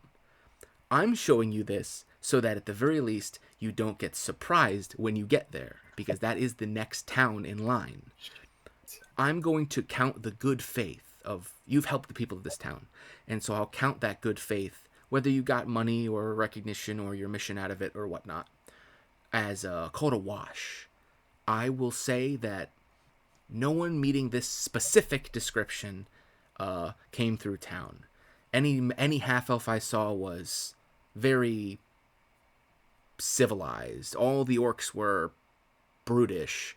The tieflings were tiny, and the blue one was more of an azure. I can make it up. However, this is clearly something that you've done that is following you. You should probably resolve it, because once you get to the big city, The guard cares far less for conversation than I do. How do we even resolve this? What do we do? You're not there. He's just talking to Addie because she's the only one who walked up to him. I thought we followed her. Nobody said they followed me. Nobody said they followed her. So he's kind of like he's showing this to her. He's not saying this out loud. He showed her the paper. Big oof.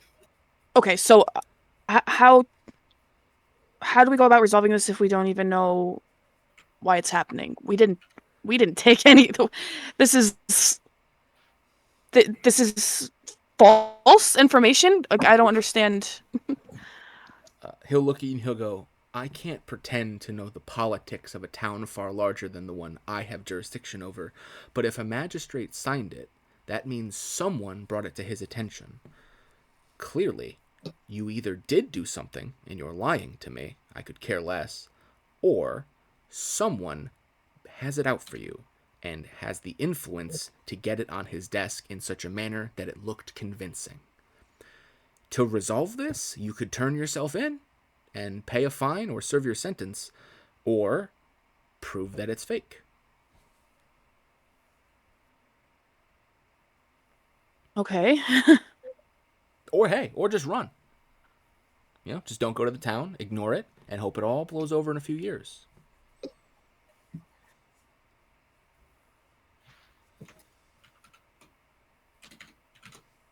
Well, shit. Okay, well, I guess I will discuss this with everybody else then. I think that's a good idea. And he kind of pats you on your shoulder. He's like, safe travels. Civilized half-elf. Eddie's gonna give him a little nod and say thank you, and turn back to the party with a clear look of oh fuck on her face. So are you explaining that to the party? Please keep it a secret. It's so fucking funny.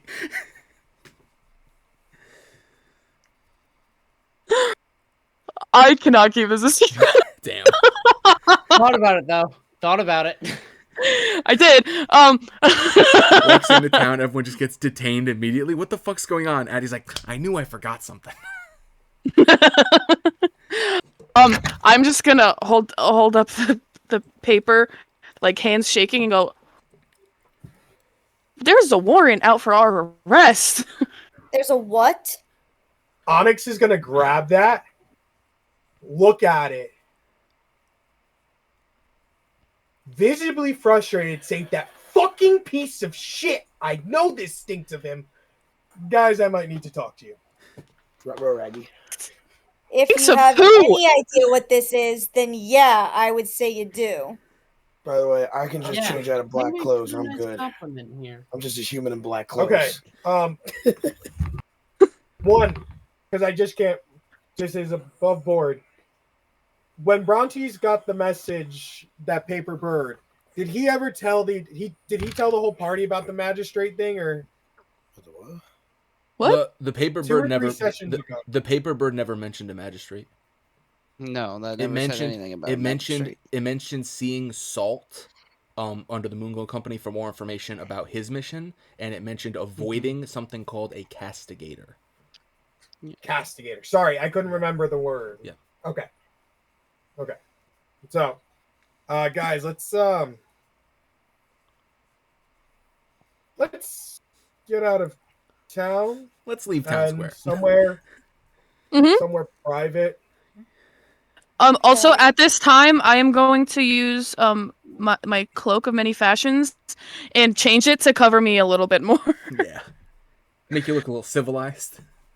Yeah, like long flowing cloak. Oh my god. As Sai's just bellowing. Okay. Yeah. So I'll say you guys saddle up your Following. horses and carts, and you begin to make your way out of town. And I will say you are out of town to such a degree that you are away from prying ears and eyes. I do just need to know which way you're leaving town, because if you want to pick up the magic items from Tazazer, you do have to go out around through the farmland. That's Are we picking up magic items? That was I'm a all Calyx set. thing. Yeah. I'm all set. I'm good. I said they were cool. and we gotta get the heck out of Dodge. I will find Tazazer again. I'm pretty sure I left it with a good report that said I may come back in the future. Okay. Also, probably gonna flee with everybody else to, It steal seems like a more. pretty So. stubborn And the cow is 13-year-old. completely healed, so I owe him nothing, correct? Yeah, you Dog don't man. owe him any money. You were just like, oh, I'll come back and buy that later. And then oh, you didn't. shit. And then Okay, you're gonna I gotta ghost go him. talk to Tazazer. I gotta talk to him. I got my gold from this job. Okay, you could I see want it. that string. It's on the way. You're gonna swing out. You're gonna have to, basically you're just gonna leave the town through the fields instead of through the ranch instead of leaving through like the straight road. It doesn't take that much extra time. Yeah, I'll have a cup of tea and we'll have a good discussion. I'll smooth over relations and I'll buy that twine that's reinforced. Okay, so you're buying the defective rope of mending. Defective? Yes. Yeah. Okay. Then he I believe he said that if you solved the problem, he would sell it to you at cost. So I think he said he'd sell it to you for 35. So it's 35 gold. Done. Okay. Then mark off 35 gold, and I will add the defective rope of mending as a item card to your sheet. Tell him I love his work. I saw his armor at the inn, and I look forward to his future enchantments. I'm doing this quickly, but I would like to have a drawn-out conversation about this. Thank you very much. He's my hero. And it's in your journal. Tazazer's indestructible rope of mending. It's not indestructible if someone swings a certain sword at it. I don't know that. Well, it's not indestructible at all. The joke is that it's indestructible but mending. So it's like an oxymoron. Mm-hmm, Absolutely. And then, are you buying the alchemy jug? No. Oh, but the infinite mayonnaise. I don't have that kind of gauche on me, buddy, and It's I'm only not 200. going to drain the party's gold. I hear Brontes is pretty loaded. Tazazer, I will buy it from you for a grand total of 25 gold, if you will let me have it, but I have no more. I can't mark it down that much. That is okay. I promise you I'll come back in the future with more gold, and 200. we'll do business again. And I kind of put my hand out to him to shake his hand. He shakes your hand, and what did you say, Brontes? I said, fuck that, no. But the I get mayonnaise. Tazazer, you were a scholar and a gentleman. I will find you later. And I billow away, and I kind of flick my cloak for billowing, even though it doesn't. Yeah. Let's go. Okay. Well then, yeah. Okay, so you have that, and then you make your way out of town, and you begin your 2-day travel to Clovecross. Isn't it 3 days? Oh, No, 3 days from the logging camp. So it's Okay. about a day to get from the logging camp to Orange Bloom. So it's 2 more days. We're to gonna to get Clovecross. arrested. basically, before we're really on the trail is when I want to have this conversation. So as we're pulled off to the side, if everybody's good now. Well, I think we can still have this conversation while we're traveling. Just once we're away from. Yeah, because Town. you guys are traveling through Just like making sure we're going yeah. to Clovecross, or are we stopping outside of town to have this conversation? Stop outside of town before we're on the road, because if we're being accused of banditry, we might want to be careful on the trail over there. Oh Okay. God. So just outside of town, waiting, stopping for like 10 minutes to have a quick convo. Got Well, it. currently 10 you're minutes. in the middle of ranch land. So there's like one house every 50 acres. So you're basically in the middle of nowhere already, because you have to kind of circle around through to get to the actual road. So you, functionally speaking, you're already quote unquote safe. Okay. So guys, now that we've stopped for a few minutes, I think I owe you guys a little bit of an explanation. But before we go anywhere, Brontes, need a huge favor. Sorry to keep asking you for stuff. I need you to cast Detect Magic. If you want to take the 10 minutes, it's fine. Do it, please. While he's May doing I that- ask why? I need you to do this first. While he's doing that, everybody make sure that we don't see anything, no one feels anything abnormal. We cannot be observed, watched, or heard. I This could try and do conversation my thing is again, but for us. Do we have to roll something for that? You can roll perception if you choose to. I'm asking basically people to look around and perceive. Jesus Christ. That was a great perception. Is it possible to roll lower than your passive perception? I'm just going to ask that straight up. For your active check, yes, but if there's things that would be seen, you'll still see them anyway. Okay. Ignore that advantage, but the first number rolled is a 22 anyway. You are all very certain that, or at the very least, Calyx is very certain that you are in the middle of nowhere. If there's anyone who's going to overhear you, they're either completely fucking invisible, or it's like the fucking birds that are listening to you. The birds, they work for the bourgeoisie, you see. Do you want me to try and use my sight again? I don't know if that's a great idea, but I can try. If this is really important. Let's see what... Before you do that, because kind of know what happened this morning, let's see if Brontes picks up anything first. Brontes, are you casting Detect Magic for him?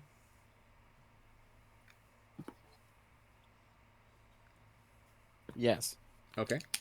In that case, he takes 10 minutes. He casts Detect Magic. You detect everything magical that you know of that is in the party.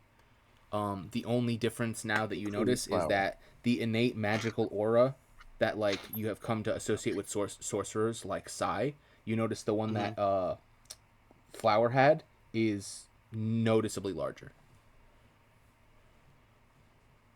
But not different. Not different in any way. Same color, same kind of intensity. Significantly larger.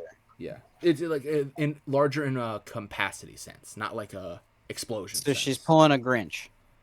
Yeah, that's a good way to put it. Okay. Okay. Nothing other than what's going on with Flower. Got it. So what I'm gonna do first, guys, everything I'm gonna say, ask questions at the end. Let me get through this. Let's get through this in the 10 minutes this is cast. So, does everybody remember at the Capitol we got assaulted by that jackass? You mean you exploded? You mean your kaboom? Yes. Okay. Ophis, was the entire message written in Infernal or just my name on it? The entire message is in Infernal. Okay. So that guy was sent exclusively for me. I mean, he kind of tried to blow you up, so it kind of tracked. So I'm going to pull out the letter and say, I found this on his body, and here, I'm not going to take the time to... Does everybody have the message, or... Yes, sir. I don't. I can make it public to everybody if you're saying that. Yeah, if you could just make it public. And then you could just say that, hey, I verbally translate it. Yeah, I'm going to verbally translate it to everybody. Do you want me to reread it right now? No, I mean, it's out. Everyone can see it. Wait. All player journals there. Oh. Okay. A while ago, I got involved in the mafia. And these motherfuckers, they gave me a way to get stronger, but they never liked me. And Namazio was a big fucking problem of that. So when I wanted to move upward, I was blocked constantly. And that didn't sit right with me. So I don't know how much any of y'all know about mafias. They don't take too kindly when you leave the family. So when I left, they kind of have had it out for me. And Namazio has somehow gotten these magical fucking powers, and I think he's behind whatever is happening at Clove Cross. And he needs to go, because he's doing this. As you can tell, I didn't have a great night last night, and he's to blame for that. Bastard visited me in my dreams. Somehow knew about... He didn't know what it was, but he knew about the creature we fought in the woods. And remember when Sai cast that the big one by the pit? Let's be careful of what we say out loud, guys. Okay. Because remember when we were going through that swamp area, Sai used her eyes and then pulled me aside? I think he's spying on me through some magic. That's why I had you cast Detect Magic. That's why I'm trying to be careful here. Oh. I think he can see us and hear us. And last night, he was in my dreams, asking questions, seeking answers. I didn't give him shit, but I did pay for it. And I think this is his way, not just to get back at me. I think this is his way to get back at me now. He's obviously in with this jackass magistrate at Clove Cross. And they're trying to eliminate us because we need to get to Clove Cross to take care of, see what's going on with Flower. There's something else that I need to look into. There's some type of item there, and I really want. I need to find it, and I need to secure it for myself. But I have to be careful too that they don't know that I'm involved with it. So Clove Cross seems like it's going to be a bit of a problem, and it's on me. Hey, Brontes, roll an Arcana check. Oh boy.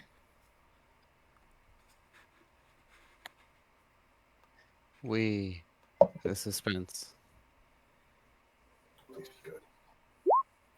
Suspense. 23. You know, as he describes it, he's like, came to him in a dream. That's weird. Somehow, despite the fact that he wasn't physically there and he was just in a dream, he somehow physically harmed Onyx. That's even weirder. And then you're like, he sent this letter. And then he can just somehow see, like, he can just somehow watch Onyx randomly without anyone ever knowing. And he can see and hear, so much so that he was able to figure out that Sai could then see him seeing them. Bless you. It sounds an awful lot like the Scrying spell, which is a wizard spell that you can cast if you got a little higher in level. A spell that lets you, for 10 minutes, observe a person or object or place of your choice for 10 minutes, and you can see and hear through a remote sensor that the spell creates. The sensor can look the way you want it to look, and it is functionally invisible, unless, of course, you could see invisible creatures. Interesting thing with a 23, interesting thing about that spell, if you have something of the person, or if the person has something of you, it automatically succeeds.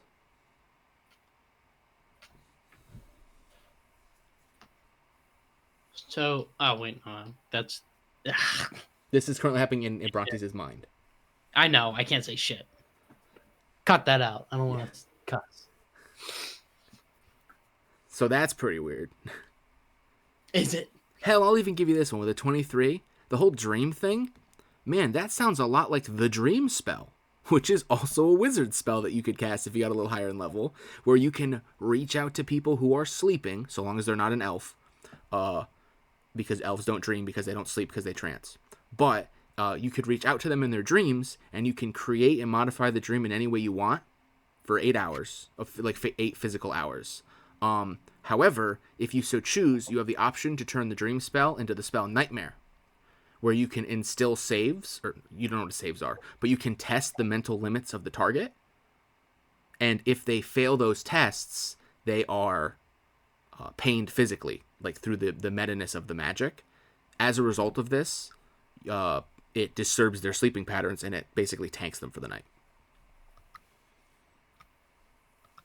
Though you're much less familiar with that spell, because it is very high level.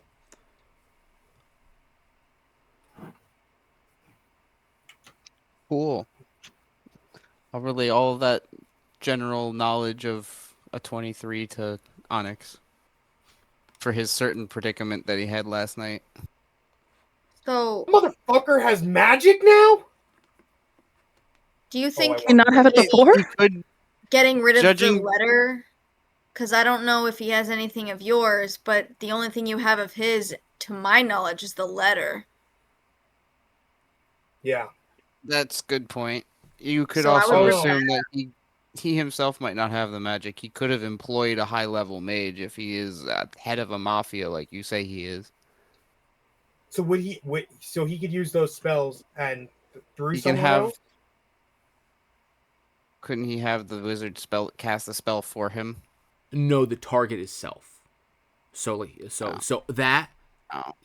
You could not Never cast mind. dream on somebody to make them have the dream spell. Could However, the wizards make a wizard scrolls of could, yeah, them? if you gave them money and time and paper, you could have them make a scroll of dream and then cast the spell. However, you would still need quote unquote wizard spell levels, ergo like a spell casting ability to succeed on casting that level of scroll. So either way, he has some amount of magic power, though how much is hard to say. Okay. Would Calyx know how? I know how much. But would Calyx know how much? No. Can we get rid of the letter? Rip it up? Oh, Get rid of yeah, it? the letter. Rip it up. No. Burn it. Burn. Firebolt. So what do? Do you just like pull a torch out? Like, I can cast Shock and Grass cantrip on it. I mean, technically, you can just kind of leave it, can't you? I could just light it up with firebolt. You I just, think it should be burned. Firebolt sounds like it could work. I'm gonna take 20 steps away. I feel like that's. I thought that was a more controlled. I didn't say fireball. I said firebolt. Oh no, I know what you said, but like, letter from a wizard, possible defenses. I'm gonna take my chances. You know, That's a really I good might- point. I'm I might also going to back up. to the range of the spell. yeah. So you back like 50 feet away. You put the paper on the ground. You back up like 50 feet, and then you're like you just try to snipe it from like 50 feet away. You watch as you shoot firebolt at this piece of paper. The firebolt hits the paper. It's not alive. It doesn't have an armor class. It hits instantly. And then you watch as it immediately goes up in flames, and you just hear echoing out from where the paper was. You just hear like a very, very raucous, very, very affluent, entitled chuckle as the paper burns to ash. Oh, fuck. That It was sounds kind of creepy. Why did you keep that? Is my Elaine God's laugh from question. earlier. Different chuckle. More malicious chuckle, older chuckle, A chuckle of someone you might have met in a dream last night, if you could say. a chuckle of a noble prince boy. Of someone very high up in some type of organization. Just curious why you kept that, but go off.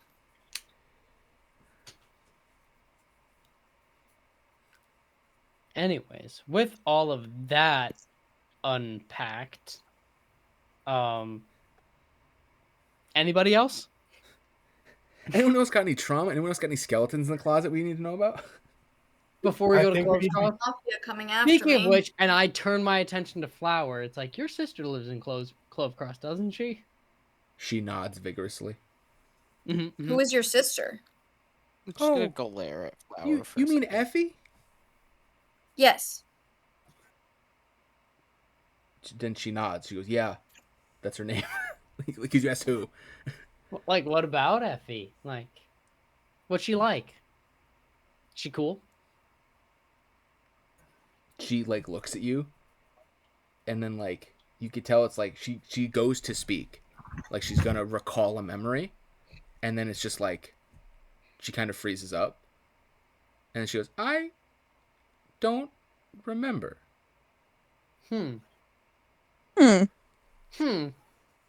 Sai, Addie, this is your territory. What? Well, I mean, if she doesn't remember, You're a I can't just child. like make her recall. No. What I mean by that is the fact that Flower, can I have a moment with Sai, and I'm gonna pull Sai on the side. Okay, you pull Sai Okay. aside. She's like 20 feet. You're like 20 feet away. You whisper. Sai? Yes. Yep. She said that this is her only lifeline in the entire world. and she doesn't have any memories about her. She has been called trash her entire life. I'm concerned we're walking her into probably her abuser, if I'm being completely honest with you. But she also said her dad called her reject. Like her dad, but like this other person I don't was think she cool. specified that it was her dad. Oh, didn't she not? No, you guys just assumed that. No. You asked her name and she said it was reject. Like, I think that maybe, like, there's a lot of magic going on, and she also aged 5 years. There might be something else going on here. I think that maybe she gets along with you very well. Maybe trying to figure out a bit more about the memories, maybe memory issues might be in order. Yeah, but that's not really my, like, the part. I don't do No. Just memory talk to her. magic. Just talk to her. You don't have to memory manipulate, nothing like that. Just talk to her and try and find out a little bit more about her home life, because I'm not the best with kids, and she seems to like you and Ataraxia a lot. I think you would have a much better time talking to her than I would. Okay. Yeah, we can try. Onyx could make her tell the truth. From everybody else. Oh, I'm sorry. You can keep talking. I'm sorry. No, that was it. Okay. What I was gonna say, for everybody else, after Sai and like Calyx walk away to kind of like start whispering, you just kind of see she's like staring at her feet, like in a really, like her posture is weird. Like it's very slouched. Like it's how can I describe it? Imagine like losing a family member, right? And you're like, and you go, and everyone at the table is reminiscing at like the wake, or the dinner after the wake, and you're telling stories, and then it's your turn to tell a story, and just you can't think of one. You know they happened, you remember them, but you can't remember them. That weird sense of like, I know it's there. Why isn't it there? She has that like pained look on her face, a very mature pained look, and you could see her like she holds her hands out, and her hands start to glow green, and you could see she's trying to cast some sort of like illusion, and she's trying to like build a person, like a little 1 foot minor illusion, and she just keeps making like amorphous shapes. It's like vaguely female with like long hair, and then it's short hair, and then it's slanty eyes, and then they're really wide doe eyes, and then there's a sharp chin, and then there's no chin, and then they're really tall, and then they're really short. Like she can't put it together, and she seems to be getting increasingly frustrated.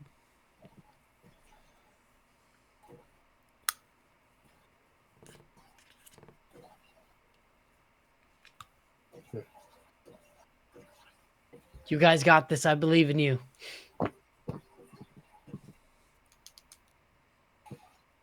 If anyone wants to cast therapy real quick. Yeah. I'm so sorry, but I'm so tired that I don't have any like thoughts. You and in my I are brain in a different right now. conversation right now. Yeah, you're off in the corner. Yeah. I'm going to the bathroom. Go for it. So Addie's gonna obviously go over to Flower. Maybe I don't even know if distraction or try and help her remember is better at this current moment. Gotta try something, right?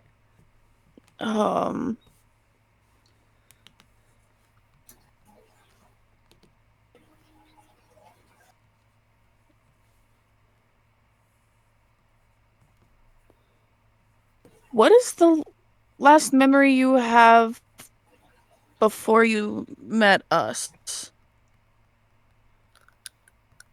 She thinks.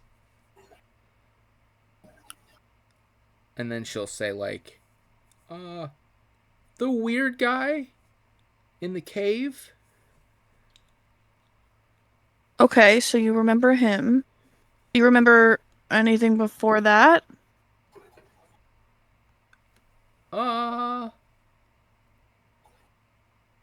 I remember waking up in the woods and just walking down the road until he showed up. And do you know how you got to the woods? No.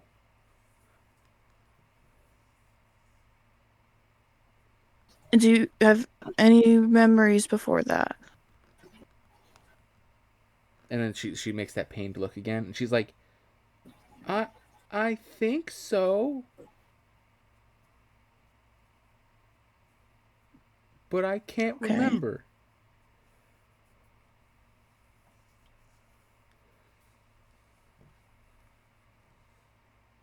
Before you told us your name, do you remember who used to call you that name? And she continues to like think. You could see like sweats forming on her forehead, and she's like, "Yeah, but who was he?" He? Yeah, and she nods. Do you remember if he was older, younger? No, I don't even think he had a face.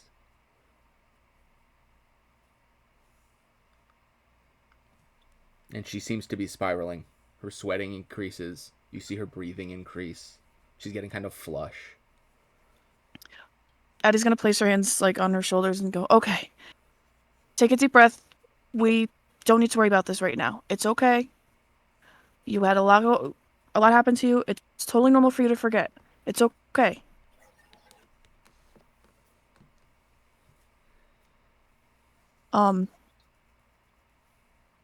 Let's talk about something else or do something else. We don't need to talk about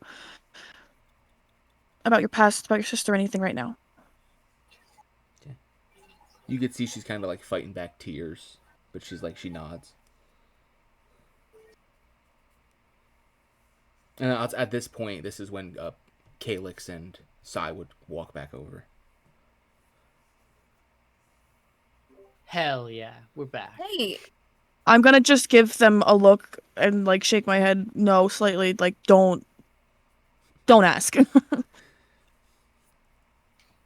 So I will nod and heed the warning.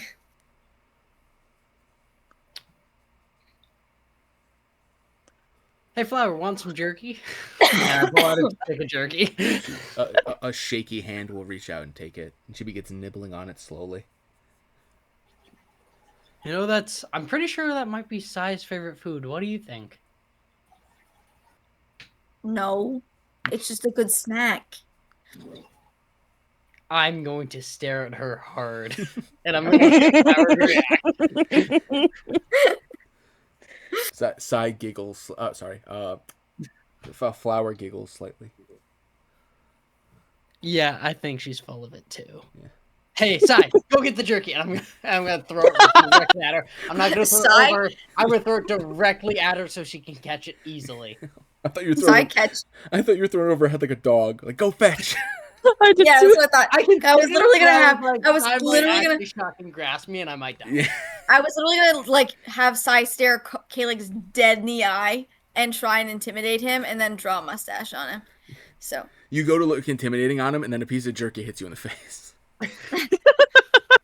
Do you catch the jerky, Sai? In my mouth? With my mouth? Yes. Acrobatics check. Oh, damn it. You do not. Oh. It somehow like lodges itself up your nose as you go to like turn your head to open it, and you watch as she like it gets stuck and she like has to like blow it out of her nostril and she gets like all agitated, and then Flower starts laughing. See, I use prestidigitation to make Calyx stinky. And he said he wasn't good with kids. A cartoonish green stink cloud appears from Calyx. Well, Addie's gonna take a step away. Yeah. And then I'm going to give Sai a big hug. Yeah. No, stay away from gross. me. Stand over there. Don't touch me. I will shock and grass cantrip you so hard. Calyx is gonna chase Sai and see if it makes Flower laugh. The slapstick routine seems to be breaking the tension significantly. Perfect. Oh my god, not a nat 20. Roll damage on the shock grass. You technically have advantage because he's wearing metal armor, but you can't roll better than a nat 20. So how much damage does Calyx take? Just keeping in mind that touch means I succeeded on my hug. There you go. 18? 18 lightning damage. I was gonna roll it, but you wouldn't let me. What the fuck? I just Dear clicked it first. God. It's 1d8. No, but you crit. And aren't we Yeah. level 5+? And so you're level isn't 5, so it's 2d8? 2d8 and then another 2d8. Sai Oh like my panic god! Sai His panic teeth- shrieks and activates the magic by accident, and yeah. Calyx grits his teeth, does not show pain, kind of hides his way away from Flower, and still gives Sai a hug. Does that mean Sai gets shocked? No, it doesn't work that way. But you feel the hug is a little tighter than you think he meant it. It's kind of hurting actually. Almost like his muscles are convulsing. Yeah. Hurry, please let me go. You hear the popping of joints as he's like, I could crush this woman for what she's done to me. But I don't think he does. And then he's just gonna kind of give a thumbs up to Flower, Yeah. and that'll be it. And then he's gonna kind of with walk this, away, limp away. yeah, the tension has significantly broken, and it's like, and I assume like as this is kind of going on, like the more serious stuff has kind of faded away, and you guys are resuming like your journey. Well, actually, I want to say, are we definitely going to close cross still? I think we have to. Well, how do we change our appearances so that they don't? Well, the recognize- descriptions that were on the paper were notably vague. You think any amount of like taking a little bit of effort to modify your appearance will probably go a long way. You wouldn't. I already made myself look less scraggly. With You the wouldn't cloak. need anything specific. Like you don't necessarily need like a disguise, right? It's just you need to change how you present yourself in some manner of way. Cole, you think this? Do you want this item? Oh, look, he's looking at his magic items.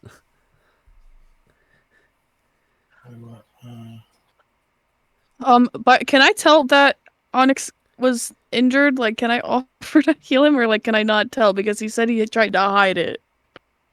Oh, you're talking about Calyx? Oh, or Calyx, Onyx? yeah. I was gonna say, Calyx, sorry, Calyx. Calyx. I mean, he's smoldering. He looks a little zapped, but he's just kind of playing it Oh, off. that's mine. We got it from Risen. Oh, I'm gonna go over and tap him on the shoulder and be You like, have "Do you want me to heal you? Are you okay?" We got 3 days in a 2 days in a. Like, save it if you need it for later. I'll be okay. Thank you. Though. Check your. Okay. I do not have it. Ophis, Yeah. 15 damage. can you move the fabulous gem to Cole's inventory, Okay, you're giving the gem to Cole. and then he'll attune to it on his own. That will take an undisturbed hour, so you'll have to do that the next time you rest. Well, I said that it'll be his own. Well, I'm saying he needs to remember to tell me the next time you rest because I'll forget. We have a 2-day drive. So, guys, we are about 2 days away, right? A little over 2 days. Yeah, it's just about 2 Roughly. days. Yeah. Ophis? Yeah. Over or because it's 0.83 days. No, because you have a late start because you're leaving at like 10 a.m. because you were up late the night before, so it's going to be about 2 days. 2 days of travel. It's going to be like 2 nights of travel, and we'll get there on the 3rd day. Yeah, you're basically going to get that. You're going to get there at full night at 10. Full night at 10. You're going to get there about noon on what would technically be the 3rd day, but it's like the start of the 3rd day. Call it like 11 a.m. 2.5 days from now. Given that the wanted is for banditry, there's possibly going to be extra patrols searching for us. It's probably beneficial to try to maybe stay slightly off the trail. I mean, we can only do so much because the cart, but stay hidden, stay quiet. Mm-hmm. Well, I mean, it sounds like we have a couple of us who are not quite as notable in the party. We could have the rest of them kind of ride in the cart, so that way we don't have to put the horses through the extra work. For instance, me and Onyx can ride in the cart because we're probably the most notable based off of the descriptions. It's an open air cart. Oh. Yeah, I take it back. I mean, we could cover ourselves with bedrolls, but I think that's also going to look Yeah, I suspicious. think that's a little. It's gonna look super sketchy. In an open air cart, yeah, never mind. I am correct on that, right, Ophis? No, yeah. Because remember, you guys, the king had, or the military had seized all the like big carts because you guys. Would we have after. any? Since we're not super far from Orange Bloom yet, would we have any way to maybe buy and build wood to make this like make it a covered cart? Not really. Orange Bloom is a town of less than 100 people. Like they have like 1 or 2 old guys who are carpenters. They have like 1 or 2 seamstresses who could make tarp. Like it's not really that kind of town. They don't have like an industry for that. If you took a couple of days, maybe you could, but you guys were pretty eager to get out of there because you were working the entire time you were in the town, basically. You were either killing wolves, killing bugs, or killing slimes. Spicy butter. That being said, I mean, with Calix's backstory, you think if you gave him a day or two, if you circled back around and went back to town, you think if you gave him a day or two and some good rolls, you could probably convert it to like a covered cart, but it would take time. Like it's not something he could bang out in an hour. Not with the level of industry. Is it something I can work on while in the back of the cart if I buy the materials before we leave? Oh yeah, but it would be more difficult because like, obviously working on a moving cart is harder than taking it to a quote-unquote garage. We're taking a leisurely pace. We're not like fast going. Yeah, I'll say because you're just buying a bunch of tarp and a bunch of like wood for ribs to put the tarp over. Call it 25 gold in materials, and I believe you already have carpenter's tools, so you don't need to buy the tools. 25 gold? Am I buying a ship sail? Well, the tarp is the most expensive. I can lend you 25 gold. I was gonna say that should be split up between the party anyway. Okay, well then 25 divided by 6 is like 4.4. Everybody wants to contribute for something, yeah. Everyone just mark off 4 gold. So, you keep the change. Yeah, I'm gonna argue for a very slight 1 gold discount. Yeah, real quick. You saved the town from the fucking ghost haunted mansion. You get it's for 4 gold each. And then you guys can do that. Yeah. Give me a second. I'm gonna mark off 4. Okay, gold. so we're gonna take it easy. We're gonna go we're not gonna speed over there, but we're gonna. Onyx is Onyx. Jesus Christ. Calix is going to work on covering the cart so that by the time we get there, it looks a little bit better. We stay low. We stay off trail. Avoid contact. Keep our heads down. So are you going to be going at the stealthy pace in order to maintain a low profile, or are you going to at the normal pace? I feel like we should go at a normal pace and I'll just work. Because like whether we come across somebody or not, we're gonna get information. I don't think we're gonna come across guards in the next day while I'm working on this from Clove Cross. So for this first day, we're gonna go at a regular pace. Yes. Yep. Okay. I feel like that is appropriate if everybody agrees with that. Yeah. In that case, I just need because you're gonna be moving at a normal pace. I need Calix. I need a disadvantage survival. Or carpenter's tools if you have carpenter's tools on your sheet, but I don't think we made a macro for it, which would just be survival anyway. I don't have that. I'm good at dragon chess. Okay, 11. It's above average. He makes some progress on it, but it is notably ramshackle and like thrown together in some places. You think it would give at this stage like a modicum of cover, but if someone really wanted to like look between the ribs or look between the sheets, like they could if they were actively trying. But it is definitely better than it was. I also just need one person, and it could be anybody, to roll a d6. You want me to? Sure. Go for it. A d6 or a 2d6? No, 1d6. 1d6. Shouldn't have been me. Doesn't mean it's a bad thing. It's a random thing. Yeah, it's a table, yeah. I randomize it every session. That way you guys can't be like, oh, 2, I remember 2. I change it every time we play. So okay. I'll do that for lair actions from now on. Don't worry. That's the Orange Bloom thing. You guys left that town to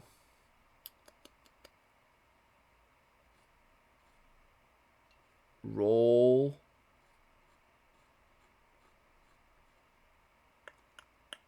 another 1d6. Okay. It was 2d6 all along. Ooh, 6. Ooh. That's so fucking funny. Oh no. That's so Isn't it always with you? fucking It's always annoying. so fucking funny. I'm pit. Fuck. Fine. Why? What is happening? No, What is going on? it was something that was gonna fucking marinate for a little longer, but you fucking roll it on the first day. Throughout your day of travel, nothing particularly notable happens. In fact, it's actually relatively peaceful. You begin your travel at a normal pace as you're still kind of in the district of Orange Bloom, and you don't particularly think you're going to be running into any soldiers or patrols or anything like that. You see no one particularly on the road, at least going to or from Clove Cross. Not that you saw many people on the way to Orange Bloom either, just with the way that how unsafe travel has been lately, what with the disappearing caravan situation that you only ever solved about a week and a half ago. Yeah, you travel throughout the majority of the day. You watch as the weather gets somewhat inclement. Clouds start to form over and then rain begins to pour. But the roads are maintained and it's not so bad that it impedes your progress all that much. But it does eventually come a time where between the clouds and the setting sun, it gets very, very dark. Darker than normal because of the weather. And you are forced to set up camp. Luckily, you purchased several durable, like thicker tarped all-weather tents in the last town. You set those up and you immediately can ignore any penalties from the inclement weather, the rain, the cold, as you have somehow seen this coming. And what you do end up at is you all end up sitting beside a fire at the temporary campsite that you have started. That looks like this. Why does it sound so sketchy? I don't like this. Where's Flower? She's sleeping. I forgot her fucking token. Yeah, you are all sitting around the campfire, and you have lost most of your daylight, and it is at this point I need everyone to set a watch. Huh? What do you mean? It is nighttime. You are Watch order. watch order. Oh. Yeah. Or you could all just go to bed. I mean, you could do that. Sorry, when you said that, I was like, No, "We have watch is watches?" important. That's what I thought. I was like, what are you talking When are you gonna about? get a rollie? Yeah, one magical watch sinks down out of the... Tell me which watch you want me on. Don't you You always take have to first go because first. you can't get yeah. woken up? Doesn't make a matter difference to me. If it's all good with you, I'd rather just continue staying up, but I'll go to bed later. I'll think first. So it's Sai and Onyx for first. Okay. Again. Hey, that's fine. Do we just want to keep the same order? You could do that, yeah. Any objections? No. I'm Going gonna once. sleep a little bit longer. I'm gonna go till last. Wake up. Okay. I'll stay last also. I kind of got a Okay, little. so Brontes and I will take second. Okay. Okay. In that case, you can move yourselves into your fancy tents that I put on the map. Each tent holds 2 people. Pick whichever tent's ours, Cole. Yeah. Of course, Ataraxia takes the green tent. I did. That's our tent. Yeah. It was the one that was closest to me. And then, in which case, I assume that the other tent is Brontes and Sai. But, yeah, and it is at this watch. The first things first, before any conversation happens, as everyone goes to bed, it's been a few minutes. I need perception checks from Sai and Onyx. 15 and a 21. Woohoo. No, it's a 5. 21. Oh, is his at disadvantage? Yep. Yeah. And now,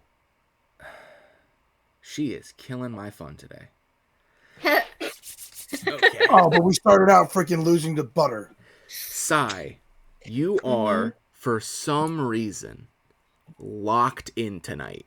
You are like, I am so nervous about basically the cops showing up that you are wired right now. I hate authority. You watch as Onyx is kind of slouching on this little tree stump chair that the Outlanders have kind of built quick, at a log to sit on, and he's kind of slouching forward. And you look, he's almost about to fall asleep, because he just seems so tired. He didn't rest last night. He's going on basically his second day. He's yawning like that, and then as you're doing that, you're like, damn, you know, I almost wish that I could tell him like to go take a bed and I'll do it myself, like, because I'm so ready. And Yeah. with a 21, you hear the crinkling of grass as you hear the leather-booted footfalls of somebody approaching the camp. You can tell they are attempting to be stealthy. Though you cannot see them at this point. Can I, like, hear in which direction they're coming from? Vaguely in the direction of behind the tents. I throw a piece of jerky at Onyx. Like here, where? Hard to say the exact location. What's up? Listen. Can you just, like, listen carefully? Onyx, you listen, but you're so tired, like you just hear the wind. Okay, well, you're useless. I hear footsteps. I, like, move over and whisper to him. Okay. You can move your token if you're moving. Behind the tents. Like somebody's trying to sneak up on us. So, what if we... Do you want to go around and meet in the middle? Yeah, let's flank. I'll go right, you go left. Can I stealth? Yep, roll stealth.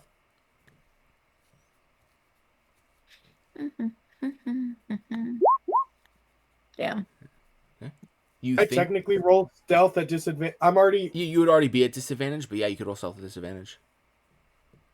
I was going to say, I'm already at disadvantage anyway. 12. Okay, you guys begin to Shock. go.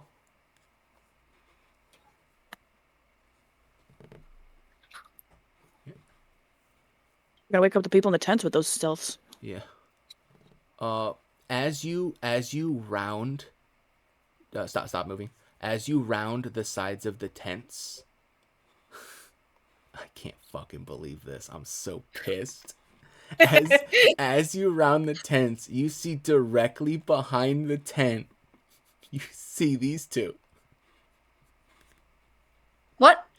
You see... That looks like Cole and a fancy bastard. You see a human in suspicious all-black clothing who looks an awful lot like Cole, and you see a very large, armored tiefling with a greatsword, and it looks like they were sneaking up on the camp.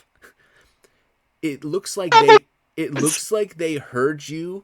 It looks like they heard you attempt to stealth and sneak up on them, so they are not surprised. However, the tiefling immediately calls out and goes, "We've been had!"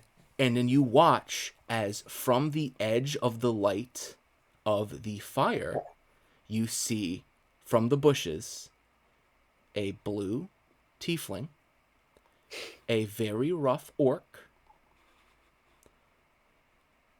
a whatever I said half elf, and a tall drow appear from around the camp. And that's where we're gonna leave off tonight. Oh my god. Are you fucking kidding me? That's incredible. There's At least no Patty didn't get stabbed in fucking the neck. way. We're stoked about Well, that. I wish I hadn't gone this way because I can't face an orc. You never know, he might be a spellcaster. It's true. Yeah, he's pretty uncivilized, you know? He is uncivilized.